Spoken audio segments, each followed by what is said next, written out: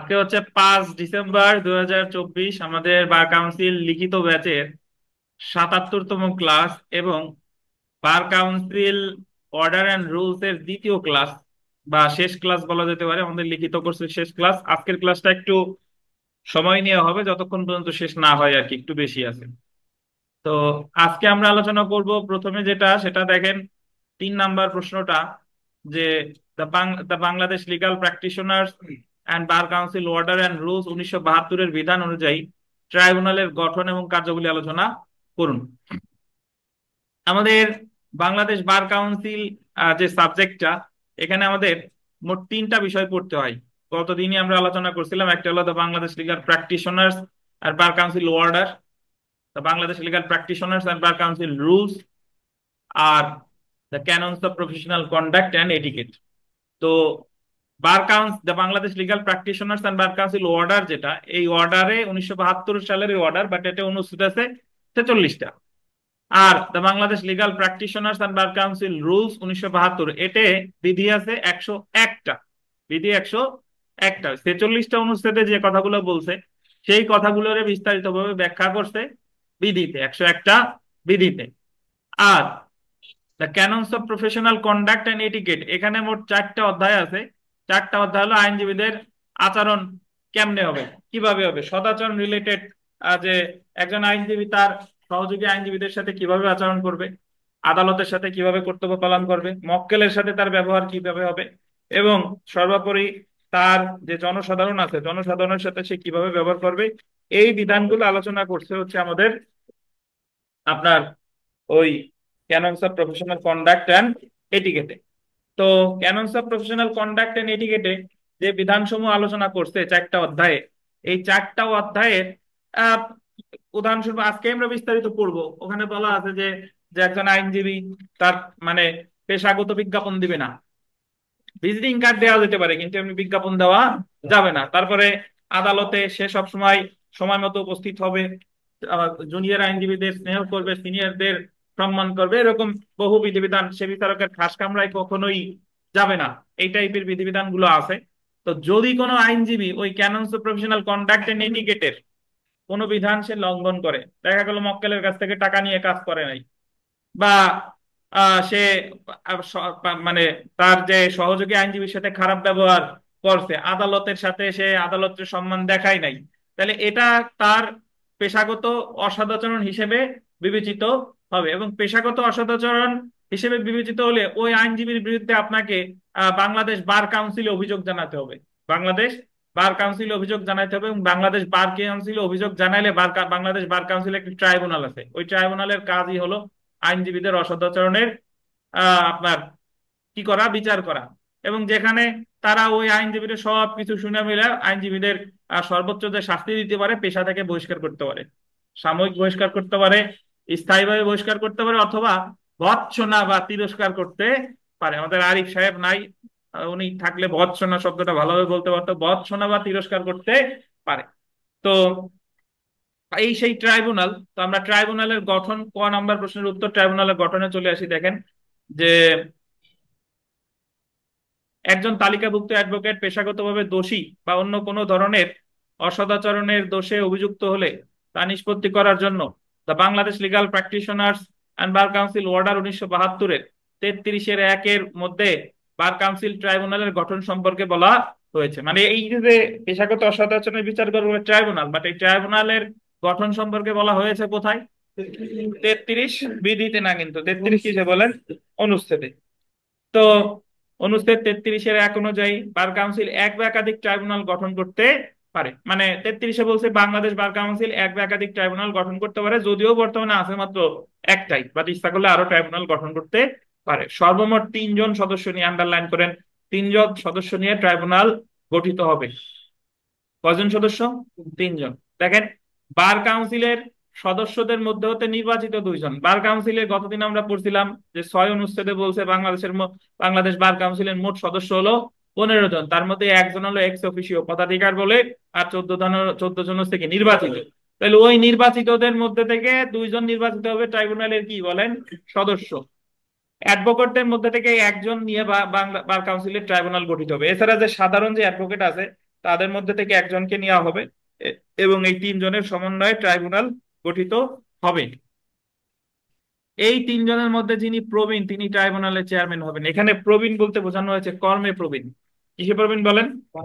কাজের দিক দিয়ে যিনি ইয়াং, মানে সরি, বয়স, যিনি প্রবীণ তিনিই হবেন ট্রাইব্যুনালের চেয়ারম্যান।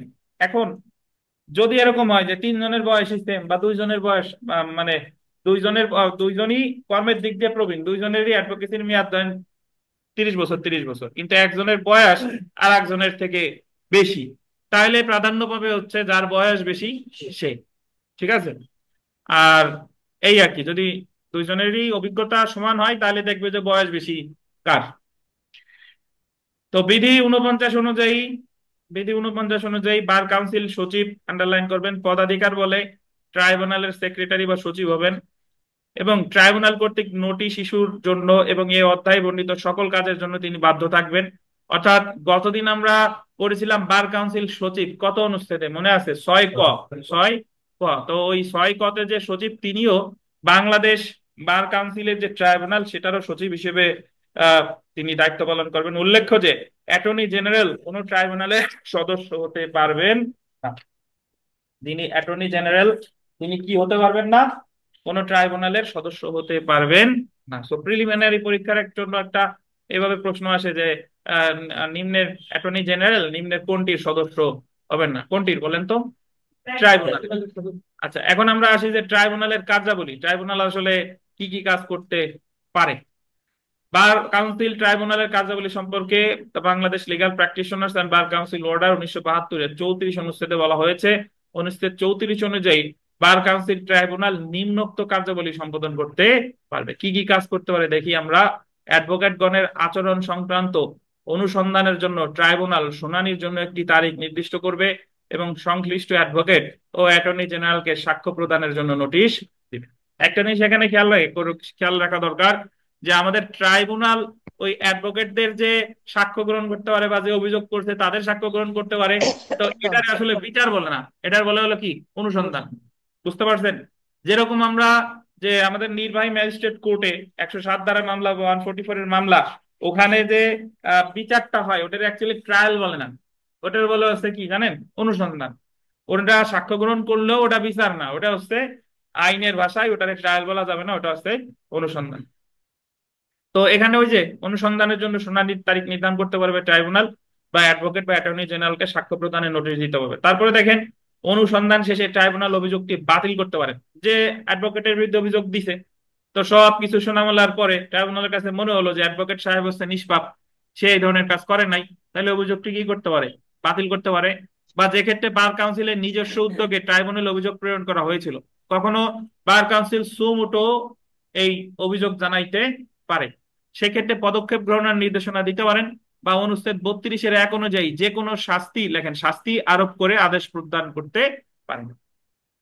তার মানে উনি ট্রাইব্যুনাল ইচ্ছা করলে অভিযোগ বাতিল করতে পারে, বা ইচ্ছা করলে 32-এর 1 অনুযায়ী যে কোনো শাস্তিও প্রদান করতে পারে। তারপরে দেখেন ট্রাইব্যুনাল কোনো অ্যাডভোকেটকে আইন চর্চা থেকে অব্যাহতি দিলে অব্যাহতির মেয়াদ অব্যাহতির মেয়াদ তিনি যদি বলেন যে আপনাকে বহিষ্কার করা হলো সাময়িক সময়ের জন্য, তাহলে সাময়িক সময়ের জন্য বহিষ্কার করলে অবশ্যই কত সময়ের জন্য হবে এটা অবশ্যই মেয়াদটা উল্লেখ করবে, এবং উক্ত ব্যক্তি যেন অন্য কোনো আদালত বা কর্তৃপক্ষের নিকট আইন চর্চা থেকে বিরত থাকে তা নির্দিষ্ট করে দিবেন। ট্রাইব্যুনাল কার্যধারার জন্য খরচ প্রদানের আদেশ দিতে পারেন, তিনি খরচ প্রদানের নির্দেশ দিতে পারে। খরচ বা প্রতিরোধক খরচ সংক্রান্ত বিষয়ে ট্রাইব্যুনালের যে কোনো আদেশ হাইকোর্টের আদেশের ন্যায় কার্যকর হবে। মানে একটা হাইকোর্ট যেরকম আদেশ দিলে উনার আদেশের যেরকম কার্যকারিতা থাকবে, ট্রাইব্যুনালেরও সেই কার্যকারিতা থাকবে। তারপরে দেখেন অভিযোগ মিথ্যা বা হয়রানিমূলক হলে অভিযোগকারীকে অনধিক 500 টাকা, এটা আন্ডারলাইন করেন, অভিযোগকারীকে অনধিক 500 টাকা জরিমানা করতে পারে। এই মানে ধরেন উকিল সাহেবের বিরুদ্ধে যে অভিযোগ জানালো, পরে সবকিছু করে জানা গেল যে উকিলের বিরুদ্ধে শুধু শুধু এই অভিযোগটা আনা হয়েছে, উকিল সাহেবের কোনো দোষ নাই, তাহলে যে অভিযোগ করছে তারে জরিমানা করতে পারে কত টাকা? 500 টাকা। উক্ত অর্থ ক্ষতিগ্রস্ত, বানানটা ভুল আছে, সহায়ক হবে, ক্ষতিগ্রস্ত অ্যাডভোকেটকে ক্ষতিপূরণ হিসেবে প্রদান করা হবে বিরাট টাকা। উনিও টাকা পয়সা পায় সন্তুষ্ট হয়ে যাবে, 500 টাকা তো অনেক টাকা। বার কাউন্সিল বরাবর যদি তার শুনানি দিতে যাইতে হয় বর্তমান প্রেক্ষাপটে, তাতেই তো কয়েক হাজার টাকা খরচ হয়ে যায়। ঠিক আছে, তো যাই হোক, তাহলে তারে ক্ষতিপূরণ হিসেবে দিতে পারে কত টাকা? 500 টাকা। ট্রাইব্যুনাল নিজ উদ্যোগে বা আবেদনের ভিত্তিতে, আন্ডারলাইন করেন, রিভিউ আদেশ দিতে পারেন। ট্রাইব্যুনাল নিজ উদ্যোগে, ট্রাইব্যুনাল কি বলেন, নিজ উদ্যোগে বা আবেদনের ভিত্তিতে উনি ওনার যে আদেশটা দিলেন এটা উনি রিভিউ করতে পারে, নিজের সিদ্ধান্ত নিজে রিভিউ করতে পারে, অথবা কারো আবেদনের প্রেক্ষিতে রিভিউ করতে পারে। এই রিভিউ এর সময় যারা প্রিলি তাদের জন্য গুরুত্বপূর্ণ, রিভিউর তামাদি মেয়াদ হলো 90 দিন। কতদিন? 90 দিন। এছাড়া দেখেন অনুচ্ছেদ 35 অনুসারে দেওয়ানি আদালতের যে এখতিয়ার ক্ষমতা আছে, বার কাউন্সিল কর্তৃক গঠিত ট্রাইব্যুনালের একই ক্ষমতা থাকবে। অর্থাৎ একটা দেওয়ানি আদালতের যে যে ক্ষমতা থাকে, বার কাউন্সিল ট্রাইব্যুনালেরও সেই ক্ষমতা থাকবে। অনুসন্ধানের উদ্দেশ্যে ট্রাইব্যুনাল নিম্নোক্ত ক্ষমতা প্রয়োগ করতে পারবে: যে কোনো ব্যক্তির উপস্থিত নিশ্চিত করা, মানে উনি কাউরে যে কোনো ব্যক্তির উপস্থিত হওয়ার জন্য কি দিতে পারে? সমন দিতে পারে। নিশ্চিত করা মানে তো অবশ্যই কি দিতে হবে? সমনের মাধ্যমেই তো তাকে হাজির হওয়ার জন্য নির্দেশ দেওয়া হয়। দলিল উপস্থাপনে বাধ্য করা, দলিল উপস্থাপন মানে ওই যে কারো সমন দিলাম যে তোমার কাছে এই দলিল আছে, তুমি এটা উপস্থাপন করো। ও সাক্ষী পরীক্ষার জন্য কমিশন ইস্যু করা, সাক্ষী পরীক্ষার জন্য কমিশনও ইস্যু করতে পারে। আপনারা যারা আছেন আমার সামনে বলেন তো, যে ফৌজদার আমরা তো দেওয়ানি পড়ে আসছি, কমিশন ইস্যু করে কোথায়? কত কত আদেশ? 26 আদেশে কয়টা ক্ষেত্রে কমিশন ইস্যু করতে পারে বলেন? কয়টা ক্ষেত্রে? 4টা ক্ষেত্রে। কি কি মনে আছে? কি বলেন তো দেখি। কারো জবানবন্দি গ্রহণ করার জন্য, স্থানীয় তদন্তের জন্য, হিসাবের খাতা পরীক্ষার জন্য, আর কি সম্পত্তি বাটোয়ারার জন্য। আর বলেন তো এই যে যে 4টা ক্ষেত্রে কমিশন ইস্যু করতে পারে, এটা দেওয়ানি কার্যবিধির কত ধারায় আছে? 75 ধারা। 75 ধারা। আর আমাদের ফৌজদারি কার্যবিধিতে কমিশন ইস্যু করে কোথায় বলেন? সাক্ষীর জবানবন্দি গ্রহণের জন্য কমিশন ইস্যু করে ফৌজদারি কার্যবিধিতে 503 ধারায়। 503 ধারায়, জি। দেখেন, তো এরূপ অনুসন্ধান, আন্ডারলাইন করবেন, দ্য পেনাল কোড এর 193 এবং 228 ধারা অনুসারে জুডিশিয়াল প্রসিডিং বা বিচারিক কার্যধারা হিসেবে গণ্য হবে, এবং the code of criminal procedure 1898 এর 480 482 ধারার উদ্দেশ্যে ট্রাইব্যুনাল দেওয়ানি আদালত হিসেবে গণ্য হবে। একটু বুঝেন বিষয়টা হচ্ছে যে এই জায়গায় ব্যাখ্যাটা দিল কেন। আপনি যদি ট্রাইব্যুনালে হাজির হয়ে মিথ্যা সাক্ষ্য দেন বা আদালত অবমাননা করেন, তাহলে এটা ওই আদালত হিসেবেই গণ্য হবে। মানে আপনি নর্মালি একটা দেওয়ানি আদালত বা ফৌজদারি আদালতে মিথ্যা সাক্ষ্য দিলে যেভাবে আপনার বিরুদ্ধে আপনি দণ্ডিত হইতেন, ট্রাইব্যুনালে এসে মিথ্যা সাক্ষ্য দিলেও সেইভাবেই দণ্ডিত হবে। এটাই বোঝানো হয়েছে। তো তারপরে যদি আমরা দেখি ট্রাইব্যুনালের কার্যাবলী মোটামুটি এগুলাই। আর যদি দেখি যে ট্রাইব্যুনাল যা পারে না, ট্রাইব্যুনাল যা পারে না, হাইকোর্টের বিনা অনুমতিতে আদালতের প্রিজাইডিং অফিসারকে, মানে হাইকোর্ট যদি নির্দেশ না দিলে আহ তাহলে তিনি আদালতের যে দেওয়ানি আদালত, হাইকোর্টের বিনা অনুমতিতে, এটা একটু লেখেন, দেওয়ানি আদালতের প্রিজাইডিং অফিসারকে, একটু লেখেন, দেওয়ানি আদালতের প্রিজাইডিং অফিসারকে।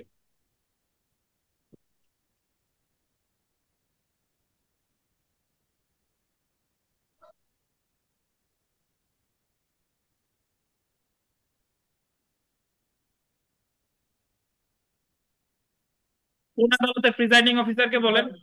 মানে ট্রাইব্যুনাল যদি দেওয়ানি আদালতের প্রিজাইডিং অফিসার মানে হলো দেওয়ানি আদালতের বিচারক। ঠিক আছে, তো দেওয়ানি আদালতের বিচারককেও ট্রাইব্যুনাল হাজির করতে পারে, বাট অনুমতি লাগবে কার? হাইকোর্টের। হাইকোর্ট অনুমতি না দিলে হাজির করা যাবে না। এবং সরকারের বিনা অনুমতিতে ক্রিমিনাল বা রাজস্ব আদালতের বিচারককে ট্রাইব্যুনালের সামনে হাজির হতে নির্দেশ দিতে পারবে না। যদি সরকার অনুমতি না দেয়, তাহলে ফৌজদারি আদালতের বিচারক যেরকম ম্যাজিস্ট্রেট বা সেশন জাজ অন্য যারা আছেন, বা রাজস্ব আদালতের বিচারককে নির্দেশ দিতে পারবে না। বুঝতে পারছেন? তাহলে ওই প্রিলিমিনারি পরীক্ষার জন্য গুরুত্বপূর্ণ, প্রিলিমিনারি পরীক্ষায় আসে যে দেওয়ানি আদালতের বিচারককে হাজির হওয়ার নির্দেশ দিতে পারে, অনুমতি লাগবে কার? হাইকোর্টের। আর আপনার ক্রিমিনাল অথবা রাজস্ব, এই ক্ষেত্রে অনুমতি লাগবে কার? সরকারের। ঠিক আছে, তো এই ছিল মোটামুটি আমাদের ট্রাইব্যুনালের ক্ষমতা ও কার্যাবলী। তো আপনি এর আগে যদি মনে চাই 2-1 কথা লিখতে পারেন, যে সাধারণত অ্যাডভোকেটদের পেশাগত সদাচরণ রিলেটেড 4টা অধ্যায় আছে, ওই 4টা অধ্যায়ে এতগুলো বিধি আছে, ওই বিধির কোনোটা যদি কোনো অ্যাডভোকেট লঙ্ঘন করে তাহলে সংক্ষুব্ধ পক্ষ যার নিকট আবেদন করবে বার কাউন্সিলে তারই বলে কি ট্রাইব্যুনাল, এবং ট্রাইব্যুনাল এই তার অভিযোগের ভিত্তিতে বিচার করে অ্যাডভোকেটের বিরুদ্ধে প্রয়োজনীয় পদক্ষেপ নিতে পারে। এই তো। এখন আমরা খ নাম্বার প্রশ্নে একটু চলে আসি। দেখেন খ নাম্বার প্রশ্নে যে আইনজীবীদের পেশাগত অসদাচরণের জন্য ট্রাইব্যুনাল যে ধরনের শাস্তি প্রদান করতে পারে। পেশাগত অসদাচরণের জন্য এখন ওই যে ধরেন বিচার টিচার শেষ হয়ে গেছে, বিচার তো না, এটারে কি বলে অনুসন্ধান, অনুসন্ধান শেষ হয়ে গেছে, এখন ট্রাইব্যুনাল দেখলো যে না, আমাদের যে জিলকত সাহেব আসলেই অপরাধ করছে আইনজীবী হিসেবে, তাহলে আইনজীবীরা এখন কি সাজা দিবে আর কি। তো এই ক্ষেত্রে দেখেন the Bangladesh legal practitioners and bar council order and rules 1972 এবং পেশাগত সদাচরণ এবং শিষ্টাচার বিধিমালা এর মধ্যে আইনজীবীর পেশাগত সদাচরণ ও দায়িত্ব সম্পর্কে বলা হয়েছে। কোন আইনজীবী এরূপ সদাচরণ বা দায়িত্ব লঙ্ঘন করলে বা ভঙ্গ করলে তা পেশাগত অসদাচরণ বলে গণ্য হবে। কোন আইনজীবীর পেশাগত অসদাচরণের শাস্তি আছে, একটু ঠিক করে নিন, শাস্তি হবে কি হবে, শাস্তি সম্পর্কে the Bangladesh legal practitioners and bar council order 1972-এর 32 অনুচ্ছেদে বলা হয়েছে। এটা 32 অনুচ্ছেদটা আন্ডারলাইন করেন। কত অনুচ্ছেদ? 32। তো অনুচ্ছেদ 32 অনুযায়ী পেশাগত অসদাচরণের জন্য ট্রাইব্যুনাল উক্ত দোষী আইনজীবীকে দেখেন তিরস্কার করতে পারে। কি করতে পারে? তিরস্কার। এই তিরস্কারের একটা প্রতিশব্দ হলো ভৎসনা। ভৎসনা তিরস্কার করতে পারে। তারপরে 2 নম্বরে দেখেন তার সনদ বাতিল বা স্থগিত করতে পারে। সনদ বাতিল করে দিল বা স্থগিত করে দিল, যে কয় মাসের জন্য স্থগিত। আইন পেশা থেকে কি করতে পারে? অপসারণ করতে পারে। আর আইন পেশা থেকে সাময়িক অব্যাহতি দিতে পারে। সাময়িক অব্যাহতি বুঝেন? সাময়িক অব্যাহতি মানে হলো অল্প সময়ের জন্য তারে বলবে যে তুমি তোমার এই যে অ্যাডভোকেসি আছে এটা এই সময় পর্যন্ত তুমি কি করবা না। তো তিনি মোটামুটি এইগুলাই করতে পারেন। উনি কিন্তু অ্যাডভোকেটে দেখেন কোনো জরিমানা প্রদানের ক্ষমতা কিন্তু নাই। ক্ষতিপূরণের প্রদানের ক্ষমতা আছে না? ট্রাইব্যুনাল কি অ্যাডভোকেটকে বলতে পারে যে তুমি মক্কেলে এত টাকা বা যে মামলা করছে তারা এত টাকা ক্ষতিপূরণ দেবা? ক্ষতিপূরণ প্রদানের ক্ষমতা কিন্তু নাই। 32 অনুচ্ছেদে সেটা আলোচনা করা হয়নি। তাহলে আমরা ক নাম্বার উত্তর এতটুকুই। গোয়াতে চলে আসি। দেখেন যে গোয়াতে বলতেছে, দেখেন বাংলাদেশ বার কাউন্সিল কোন আইনজীবীর বিরুদ্ধে শাস্তিমূলক কার্য ব্যবস্থা ডিসিপ্লিনারি প্রসিডিং গ্রহণের ক্ষেত্রে কোন পদ্ধতি অনুসরণ করেন। মানে আপনি যদি কাউরে কোনো অ্যাডভোকেটের বিরুদ্ধে অভিযোগ জানাইতে চান তাহলে এটা কিভাবে জানাতে হবে, এবং এই ক্ষেত্রে বাংলাদেশ বার কাউন্সিল কি পদ্ধতি গ্রহণ করতে পারে। নর্মালি আমরা যখন বিষয়টা এটা হচ্ছে অনেকটা এরকম, যেরকম ফৌজদারি মামলার ক্ষেত্রে ফৌজদারি মামলা করা যায় কয়টা জায়গা? 2টা জায়গা। থানায় করলে একরকম, কোর্টে করলে আর একরকম। আর দেওয়ানি মামলা করে কার কাছে? সেরেস্তাদারের কাছে, নাকি? সেরেস্তাদার বা আদালতের প্রধান কেরানি, তাকে বলে সেরেস্তাদার, তিনি এটা অ্যাকসেপ্ট করে। তো এই ক্ষেত্রে আমরা যদি কোনো অ্যাডভোকেটের বিরুদ্ধে অসদাচরণ অভিযোগ জানাতে চাই সেক্ষেত্রে আমাদের কোথায় যেতে হবে এবং বাংলাদেশ বার কাউন্সিল কি পদ্ধতি অবলম্বন করতে পারে সেটা আসলে জানতে চাইছিল গ নাম্বার প্রশ্নে। তো এটার উত্তর আমরা একটু দেখা শুরু করি। দেখেন বাংলাদেশ বার কাউন্সিল কোনো আইনজীবীর বিরুদ্ধে শাস্তিমূলক কার্যব্যবস্থা গ্রহণের ক্ষেত্রে যে পদ্ধতি অনুসরণ করবে 32-এর 2 অনুচ্ছেদ অনুযায়ী কোনো আইনজীবীর পেশাগত অসদাচরণ বা অন্য কোনো অসদাচরণের অভিযোগ যে কোনো ব্যক্তি বা আদালত প্রথমে বার কাউন্সিলের নিকট দায়ের করবে। মানে আপনি যে অসদাচরণই হোক না কেন, ব্যক্তি বা আদালত এই অভিযোগটা দায়ের করবে কার কাছে? বলেন দিয়ে আদালত অভিযোগ দায়ের করতে পারে না? পারে। আপনি আদালতে গিয়ে আদালতের শান্তি শৃঙ্খলা ভঙ্গ করছেন বা আদালতটা অপমান করছেন, বেয়াদবি করছেন, তখন আপনার বিরুদ্ধে অবশ্যই অভিযোগ জানাতে পারে। মনে আছে কিনা? অন্যদিকে 75 খ বিধি অনুসারে প্রত্যেকটি অভিযোগ আন্ডারলাইন করবেন কমপ্লেইন্ট অ্যান্ড ভিজিলেন্স কমিটি গ্রহণ করবে। এই যে যে অভিযোগটা এটা গ্রহণ করবে কমপ্লেইন্ট অ্যান্ড ভিজিলেন্স কমিটি। অ্যাডভোকেটদের বিরুদ্ধে কোনো অভিযোগ গ্রহণ অ্যাডভোকেটের বিরুদ্ধে কোনো অভিযোগের ক্ষেত্রে অনুসন্ধান এবং যাচাই বাছাইয়ের পর প্রয়োজনীয় পদক্ষেপ গ্রহণের জন্য অভিযোগটি আন্ডারলাইন করবেন, নির্বাহী কমিটি বা এক্সিকিউটিভ কমিটির নিকট প্রেরণ করবেন। তাহলে আমি যখন কোন অভিযোগ করতেছি, এই অভিযোগটা কোন কমিটি গ্রহণ করবে? Compliance vigilance committee. এবং ইনি গ্রহণ করার পরে যাচাই বাছাই করার পরে প্রেরণ করবে কার কাছে? নির্বাহী কমিটির নিকট প্রেরণ করবে। আচ্ছা, এখনো কিন্তু ট্রাইব্যুনালের কাছে সরাসরি যায়নি। দেখেন, মামলা সরাসরি প্রত্যাখ্যান বা নিষ্পত্তির জন্য ট্রাইব্যুনালে প্রেরণ। বার কাউন্সিলের নিকট কোনো আদালত বা ব্যক্তি কোনো অ্যাডভোকেটের অসদাচরণের অভিযোগ দিলে 32(2) অনুচ্ছেদ অনুযায়ী বার কাউন্সিল তার সরাসরি প্রত্যাখ্যান করতে পারে। অর্থাৎ আপনি যখন ওই কমপ্লেন এন্ড ভিজিলেন্স কমিটি, সে যদিও কমিটি বাট সে তো অ্যাকচুয়ালি কার প্রতিনিধিত্ব করতেছে? বার কাউন্সিলের। তাহলে উনি ওই ওই ওই যে যে অভিযোগটা দিল এটা সরাসরি কি করতে পারে? প্রত্যাখ্যান করতে পারে, রিজেক্ট করতে পারে। বা বার কাউন্সিল এমন অভিযোগ প্রত্যাখ্যান না করে 33 অনুচ্ছেদের অধীন গঠিত বার কাউন্সিল ট্রাইব্যুনালের নিকট নিষ্পত্তির জন্য পাঠাতে পারে। তাহলে উনি যদি প্রথমে অভিযোগ দিল, আদালতের কাছে, ওই ট্রাইব্যুনালের কাছে, সরি বার কাউন্সিলের কাছে মনে হয়েছে যে অ্যাডভোকেটের বিরুদ্ধে এই অভিযোগ দায়েরের কোনো ভিত্তি নাই, যেরকম আমরা দেওয়ানি মামলার ক্ষেত্রে রিজেকশন অফ ক্লেইম 7 আদেশের 11 বিধি, ওই যে কজ অফ অ্যাকশন না থাকলে, কোর্ট ফি না দিলে, তারপরে মামলার মূল্যমান কম দেখালে, বা অন্য কোনো আইন দ্বারা পারিত হলে। আর ফৌজদারিতে মামলা সরাসরি খারিজ করে কততে? নালিশি মামলা দেওয়ার সাথে সাথে খারিজ কততে? 203 ধারা, 203 ধারা। ঠিক একইভাবে এই খারিজটা করে 32(2)-এ, 32(2)-এ। বার কাউন্সিল নিজ উদ্যোগে বা কোনো আইনজীবীর বিরুদ্ধে কোনো অভিযোগ থাকলে ট্রাইব্যুনালে পাঠাতে পারে। এখন আমরা একটু চলে আসি যে যিনি অভিযোগ দায়ের করতে পারে, এটা একটু দেখি যে একটা বাংলাদেশ বার কাউন্সিলে কোনো আইনজীবীর বিরুদ্ধে কে অভিযোগ করতে পারে।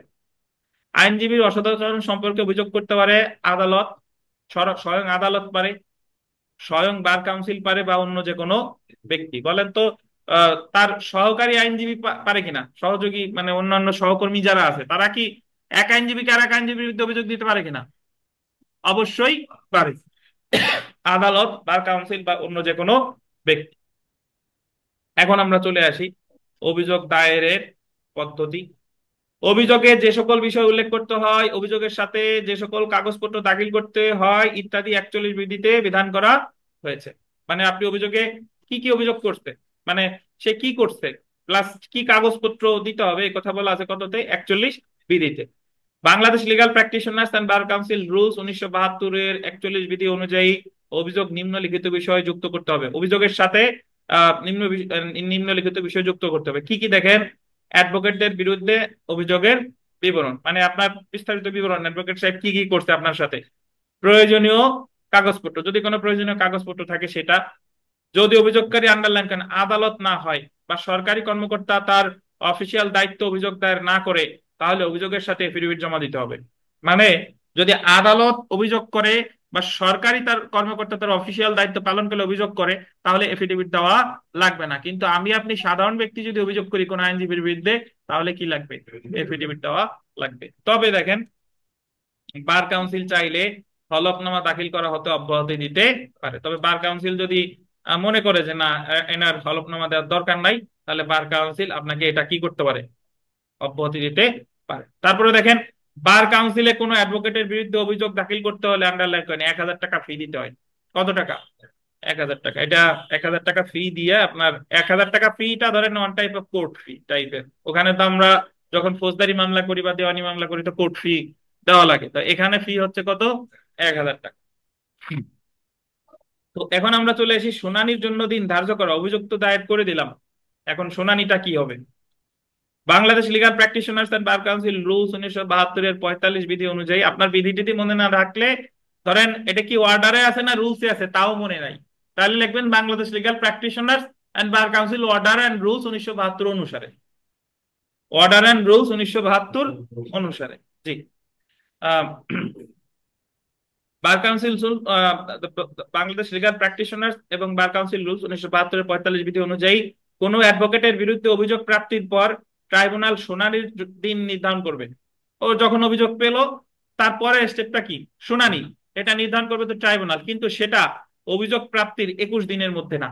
এটা মানে আপনি যদি আজকে অভিযোগ দেন, আজকে ডিসেম্বরের 5 তারিখ বার কাউন্সিল আপনার অভিযোগ গ্রহণ করলো, সেটা তাহলে শুনানির দিন অবশ্যই আজকে থেকে 21 দিন পরে। ঠিক আছে, 21 দিনের মধ্যে হবে না, আজকে থেকে 21 দিন পরে। তারপরে দেখি ট্রাইব্যুনাল অভিযুক্ত অ্যাডভোকেটকে একটি নোটিশ দিবে। আর নর্মালি আমরা মামলার ক্ষেত্রে দেয় হচ্ছে সমন, আর এই ক্ষেত্রে দিবে হচ্ছে কি, নোটিশ। আহ, অভিযোগের জবাব দাখিল নোটিশ প্রাপ্তির পর অ্যাডভোকেট শুনানির জন্য নির্ধারিত তারিখের আন্ডারলাইন করে 7 দিন পূর্বে জবাবের 2 কপি বার কাউন্সিলের সচিবের নিকট জমা দিবে। ধরেন অ্যাডভোকেট সাহেব তো নোটিশ পেলো, নোটিশ পাওয়ার পরে উনি দেখবে যে যেদিন শুনানি তার অ্যাটলিস্ট কয়দিন পূর্বে জবাব দিতে হবে, 7 দিন পূর্বে। কয়টা কপি দিতে হবে, কার কাছে দিতে হবে, বাংলাদেশ বার কাউন্সিলের সচিবের কাছে। তাহলে আমরা এখানে কি পেলাম, অভিযোগ দাখিলের পরে ট্রাইব্যুনাল ওই আপনার শুনানির দিন ধারক যোগ করবে কয়দিন পরে, 21 দিন পরে। আর এরপরে তো অ্যাডভোকেট সাহেবের নোটিশ দিল, অ্যাডভোকেট সাহেব নোটিশ পাওয়ার পর উনি জবাব দিবে কখন, শুনানির অ্যাটলিস্ট 7 দিন পূর্বে। উনি ইচ্ছা করলে এর আগেও দিতে পারে, কিন্তু শুনানির অ্যাটলিস্ট 7 দিন পূর্বে জবাব দিতে হবে।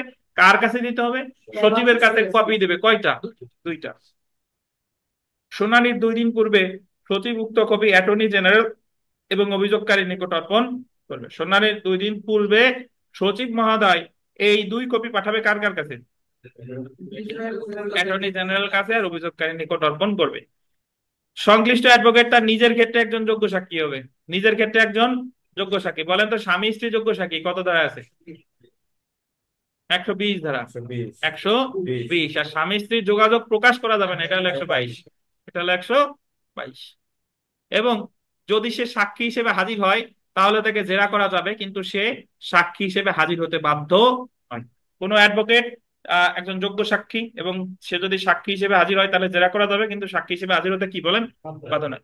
পদাধিকার বলে বার কাউন্সিলের সচিব হবেই তিনি, ট্রাইব্যুনালের সচিব, এবং ট্রাইব্যুনাল কর্তৃক ইস্যুকৃত প্রত্যেকটি নোটিশ জারি করবে তিনি। ট্রাইব্যুনাল কর্তৃক ইস্যুকৃত প্রত্যেকটি নোটিশ কি করবে, জারি করবে। তাহলে আমরা এই প্রশ্নের উত্তরে আসলে কি পেলাম দেখেন, আহ বার কাউন্সিলে অভিযোগ জানাইতে পারে স্বয়ং আদালত পারে, কোনো ব্যক্তি পারে, অথবা বার কাউন্সিল নিজেই পারে। অভিযোগটা যদি কোনো ব্যক্তি দেয় প্রথমে দিতে হবে, এটা অ্যাকসেপ্ট করবে কমপ্লেইন এন্ড ভিজিলেন্স কমিটি নাকি, তারপরে সে যাচাই বাছাই করে প্রেরণ করবে কার কাছে, নির্বাহী কমিটির কাছে। আচ্ছা, এই যে অভিযোগটা পেলো, বার কাউন্সিল যদি ইচ্ছা করে স্বয়ং সরাসরি প্রত্যাখ্যান করতে পারে অথবা ট্রাইব্যুনালে পাঠাতে পারে নাকি।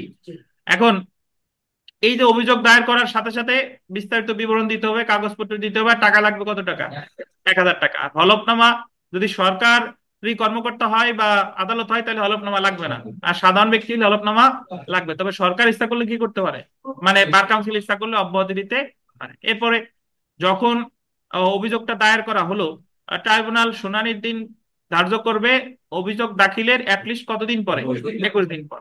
এবং যে যার বিরুদ্ধে অভিযোগটা দেওয়া হয়েছে ওই আইনজীবীর নোটিশ দিবে, তিনি নোটিশ পাওয়ার পরে লিখিত জবাব দিবে শুনানির অ্যাটলিস্ট 7 দিন পূর্বে। কয়টা কপি, এই 2টা কপি বার কাউন্সিল শুনানির 2 দিন পূর্বে কার কার কাছে দিবে, বুঝতে পারছেন, এই তো। আর অ্যাডভোকেট মহোদয় কি হবেন, যোগ্য সাক্ষী হবেন, এবং তাকে জেরা করা যাবে তবে তিনি হাজির হতে বাধ্য নন। আর এছাড়া আপনি ইচ্ছা করলেন যে শুনানি টুনানির শেষে আদালতের কাছে যদি মনে হয়, যে ট্রাইব্যুনালের কাছে যদি মনে হয় অ্যাডভোকেট সাহেব কোনো অপরাধ করেন নাই, মানে কোনো দোষী না, তাহলে তো তাকে ওই নিষ্পত্তি দিয়ে দিলেন। আর যদি মনে করেন যে না তিনি আসলে করেন, তাহলে 34 অনুচ্ছেদ অনুসারে ওনারে ভর্ৎসনা করতে পারেন, অপসারণ করতে পারেন, সাময়িক বহিষ্কার করতে পারেন বা স্থায়ী বহিষ্কার করতে পারেন, এই তো একই কথা। বুঝতে পারছেন? আচ্ছা, তাহলে আমরা এখন ঘ নাম্বার প্রশ্নটা একটু প্রশ্নে চলে আসি। দেখেন প্রশ্নে ঘ নাম্বার প্রশ্নে বলা আছে, কে আইনজীবী হিসেবে তালিকাভুক্তির আবেদন করতে ইচ্ছাকৃতভাবে মিথ্যা তথ্য প্রদান করে। যে কোনো একটা তথ্য আপনি মিথ্যা দিচ্ছেন। The Bangladesh legal practitioners and bar council rules 1972 অনুযায়ী কে এর শাস্তি কি। আইনজীবী তালিকাভুক্ত পরীক্ষায় যদি ইচ্ছাকৃতভাবে মিথ্যা তথ্য দেন তাহলে কি সাজা হতে পারে। আমরা একটু চলে আসি। দেখেন আহ ঘটনার বর্ণনা, কে আইনজীবী হিসেবে তালিকাভুক্তির আবেদনপত্র ইচ্ছাকৃতভাবে মিথ্যা তথ্য প্রদান করেন, বিচার্য বিষয়। কে এর শাস্তি হবে কিনা তা আলোচনা করতে হবে। আইনগত পর্যালোচনা, কে 5 বছরের জন্য অযোগ্য হবেন। 5 বছরের জন্য আপনি আরো বিস্তারিত লিখতে পারেন, 5 বছরের জন্য আইনজীবী তালিকাভুক্তি পরীক্ষায় অংশগ্রহণে কি হবে, অযোগ্য হবেন। The Bangladesh legal practitioners and bar council rules 1972-এর 60 বিধি অনুযায়ী, যেহেতু বিধির কথা আসতেছে, এটা কি রুলসে আছে, কোন ব্যক্তি আইনজীবী হিসেবে তালিকাভুক্তির আবেদন করতে ইচ্ছাকৃতভাবে মিথ্যা তথ্য প্রদান করলে উক্ত ব্যক্তি 5 বছরের জন্য অ্যাডভোকেট হিসেবে তালিকাভুক্ত হওয়ার অযোগ্য হবেন। আপনি যদি কোনো মিথ্যা তথ্য দেন তাহলে অযোগ্য হিসেবে বিবেচিত হবেন কত বছর? সিদ্ধান্ত। সুতরাং কে 5 বছরের জন্য তালিকাভুক্ত হবে? কে 5 বছরের জন্য অ্যাডভোকেট হিসেবে তালিকাভুক্ত হওয়ার কি হবেন? অযোগ্য।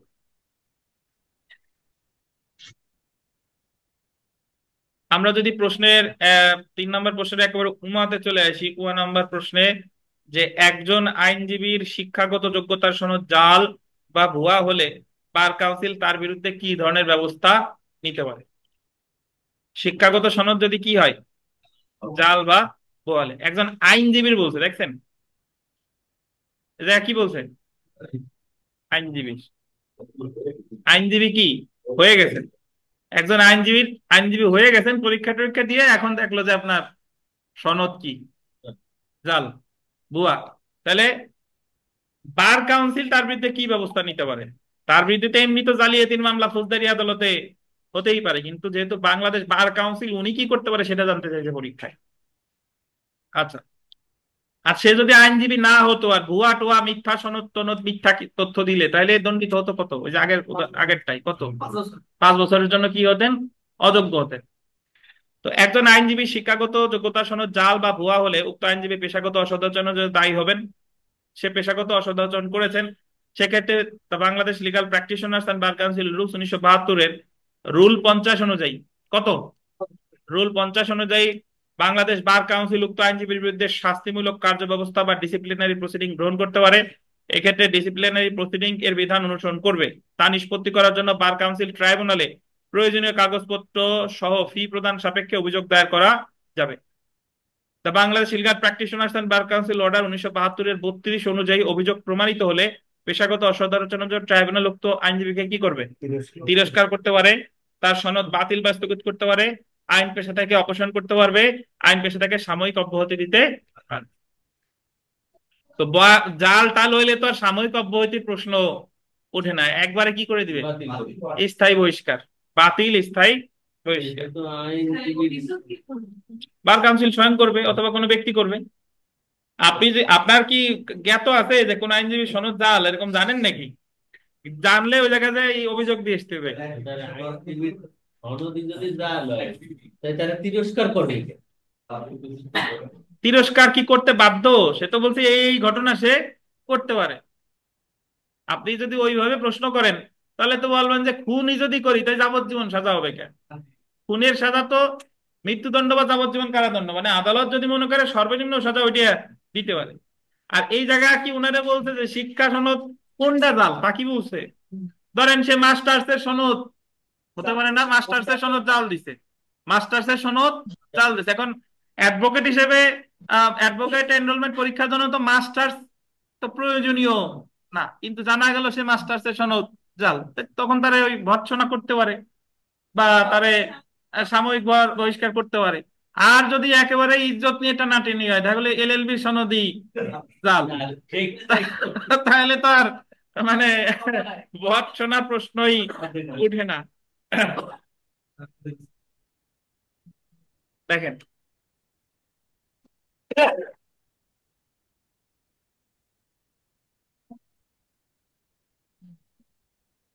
তো আমরা চলে আসি 4 নাম্বার প্রশ্ন, আমাদের সাজেশনের 4 নাম্বার প্রশ্ন, যেখানে দেখেন 4-এর ক, পেশাগত আচরণ বিধি ও নিয়মানুবর্তিতা বলতে কি বুঝেন? পেশাগত আচরণ বিধি, জি, পেশাগত পেশাগত আচরণবিধি ও নিয়মানুবর্তিতা কখনো কিভাবে আইনে সন্নিবেশিত হয় এবং আইনজীবীদের পেশাগত আচরণ এবং শিষ্টাচার সম্পর্কে নীতিমালা প্রণীত হওয়ার উদ্দেশ্য কি? কেন এই পেশাগত আচরণ এবং শিষ্টাচার যে নীতিমালা, এটা কেন প্রণয়ন করা হলো আর কি, আর এটা কি, এবং এটা সন্নিবেশিত কিভাবে হয় আর কেন এটা প্রণয়ন করা হলো, এই আর কি প্রশ্ন। তো আমরা চলে আসি, দেখেন প্রথমে যে পেশাগত আচরণ বিধি এবং নিয়মানুবর্তিতা, ক এর উত্তরে চলে আসি।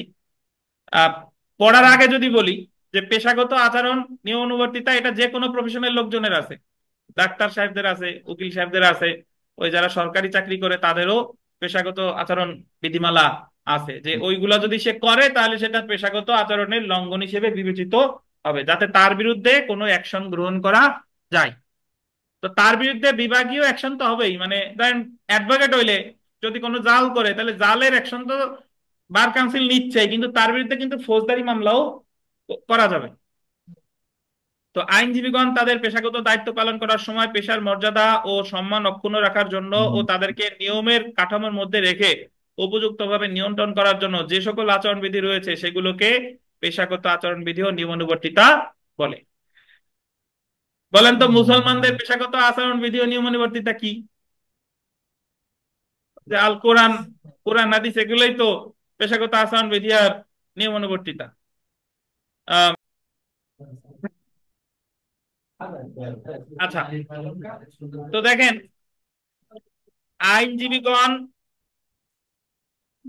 তাদের পেশাগত দায়িত্ব পালন করার সময় পেশার মর্যাদা ও সম্মান অক্ষুণ্ণ রাখার জন্য ও তাদেরকে নিয়মের কাঠামোর মধ্যে রেখে উপযুক্তভাবে নিয়ন্ত্রণ করার জন্য যে সকল আচরণবিধি সেগুলোকে পেশাগত আচরণবিধি ও নিয়মানুবর্তিতা বলে।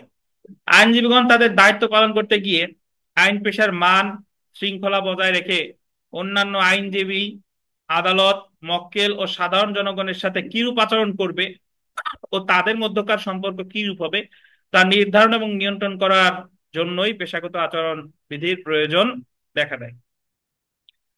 তো এটা একটু আন্ডারলাইন করেন। আমাদের দ্বিতীয় প্রশ্নের দ্বিতীয় অংশ ছিল যে পেশাগত আচরণ বিধি এবং নিয়মানুবর্তিতা যখন এবং যেভাবে আইনে সন্নিবেশিত হয় এটা কিভাবে সন্নিবেশিত হয়। পাকিস্তান আমলে 1965 সালে আইনজীবী ও বার কাউন্সিল আইন 1965 এর 48 কিউ ধারায় প্রদত্ত ক্ষমতা বলে Pakistan bar council the canons of professional conduct and etiquette প্রণয়ন করে। মানে এই যে Pakistan bar council canons of professional conduct and এটিকেটের বাংলা হচ্ছে আইনজীবীদের আচরণ ও শিষ্টাচার বিধিমালা, এটা প্রণয়ন করে পাকিস্তান বার কাউন্সিল কত সালে? 1965 সালে। এবং 1969 সালের পাকিস্তান বার কাউন্সিলে একটি প্রস্তাব দ্বারা এই পেশাগত আচরণবিধি গৃহীত হয়। এবং 1969 সালে তারা প্রণয়ন করছিল 65-তে, বাট এই জিনিসটা গৃহীত হয় কত সালে? 69 সালে।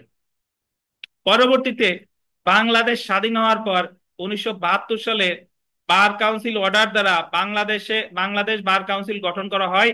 এবং 1965 সালে পাকিস্তান আমলে যে canons of professional conduct and etiquette প্রণয়ন করা হয় সেই পেশাগত আচরণ বাংলাদেশ বার কাউন্সিল কর্তৃক গৃহীত হয়। আমাদের আর কষ্ট করা লাগে নাই, ওনরা যা করছে পাকিস্তানের জায়গা শুধু বসাই দিছে কি বাংলাদেশ। বুঝতে পারছেন? তাহলে এটা যদি আসে যে পেশাগত আচরণবিধি এবং নিয়মানুবর্তিতা যখন এবং যেভাবে সন্নিবেশিত হয়, তাহলে আপনাকে একটু ইতিহাস একটু বলে নিতে হবে যে পাকিস্তান বার কাউন্সিল এটা প্রণয়ন করে 1965 সালে। তারা এটা গৃহীত, তাদের কর্তৃক এটা গৃহীত হয় 1969 সালে। আর বাংলাদেশ যখন 71 সালে স্বাধীন হয়ে গেল এবং 72 সালে যখন বাংলাদেশ বার কাউন্সিল গঠন করা হলো, তখন বাংলাদেশ ওইটাই সরাসরি গ্রহণ করে। এবং সেক্ষেত্রে the canons of professional conduct and etiquette যে জায়গা পাকিস্তান শব্দটা ছিল সেই জায়গায় আমরা বসাই দিছি কি বাংলাদেশ। হ্যাঁ, ওই আইনজীবী ও বার কাউন্সিল আইন 1965, ওই আইনের 48 কিউ ধারায়, আমাদের অর্ডার না, ওই দেশের যে আইনজীবী ও বার কাউন্সিল আইন 1965-র 48 কিউ ধারায়। তো তারপরের প্রশ্নের পরের অংশ হচ্ছে আইনজীবীদের পেশাগত আচরণ এবং শিষ্টাচার সম্পর্কে নীতিমালা প্রণীত হওয়ার উদ্দেশ্য কি, মানে কেন এই আচরণবিধি এবং শিষ্টাচার নীতিমালা প্রণয়ন করা হলো। এটা যদি আপনি আপনার নিজের থেকে বলেন কেন প্রণয়ন করা হলো, কারণ আইনজীবীরা যাতে একটা নির্দিষ্ট হ্যাঁ শৃঙ্খলা মেনে চলে এবং যাতে উচ্ছৃঙ্খল আচরণ না করে বা আইনের বাইরে গিয়ে কিছু না করে। দেখেন আইনজীবীগণ তাদের দায়িত্ব পালন করতে গিয়ে আইন পেশার মান শৃঙ্খলা বজায় রেখে অন্যান্য আইনজীবী, আদালত, মক্কেল এবং সাধারণ জনগণের সাথে কিরূপ আচরণ করবে ও তাদের মধ্যকার সম্পর্ক কিরূপ হবে তার নির্ধারণ এবং নিয়ন্ত্রণ করার জন্যই পেশাগত আচরণ বিধির প্রয়োজন দেখা যায়।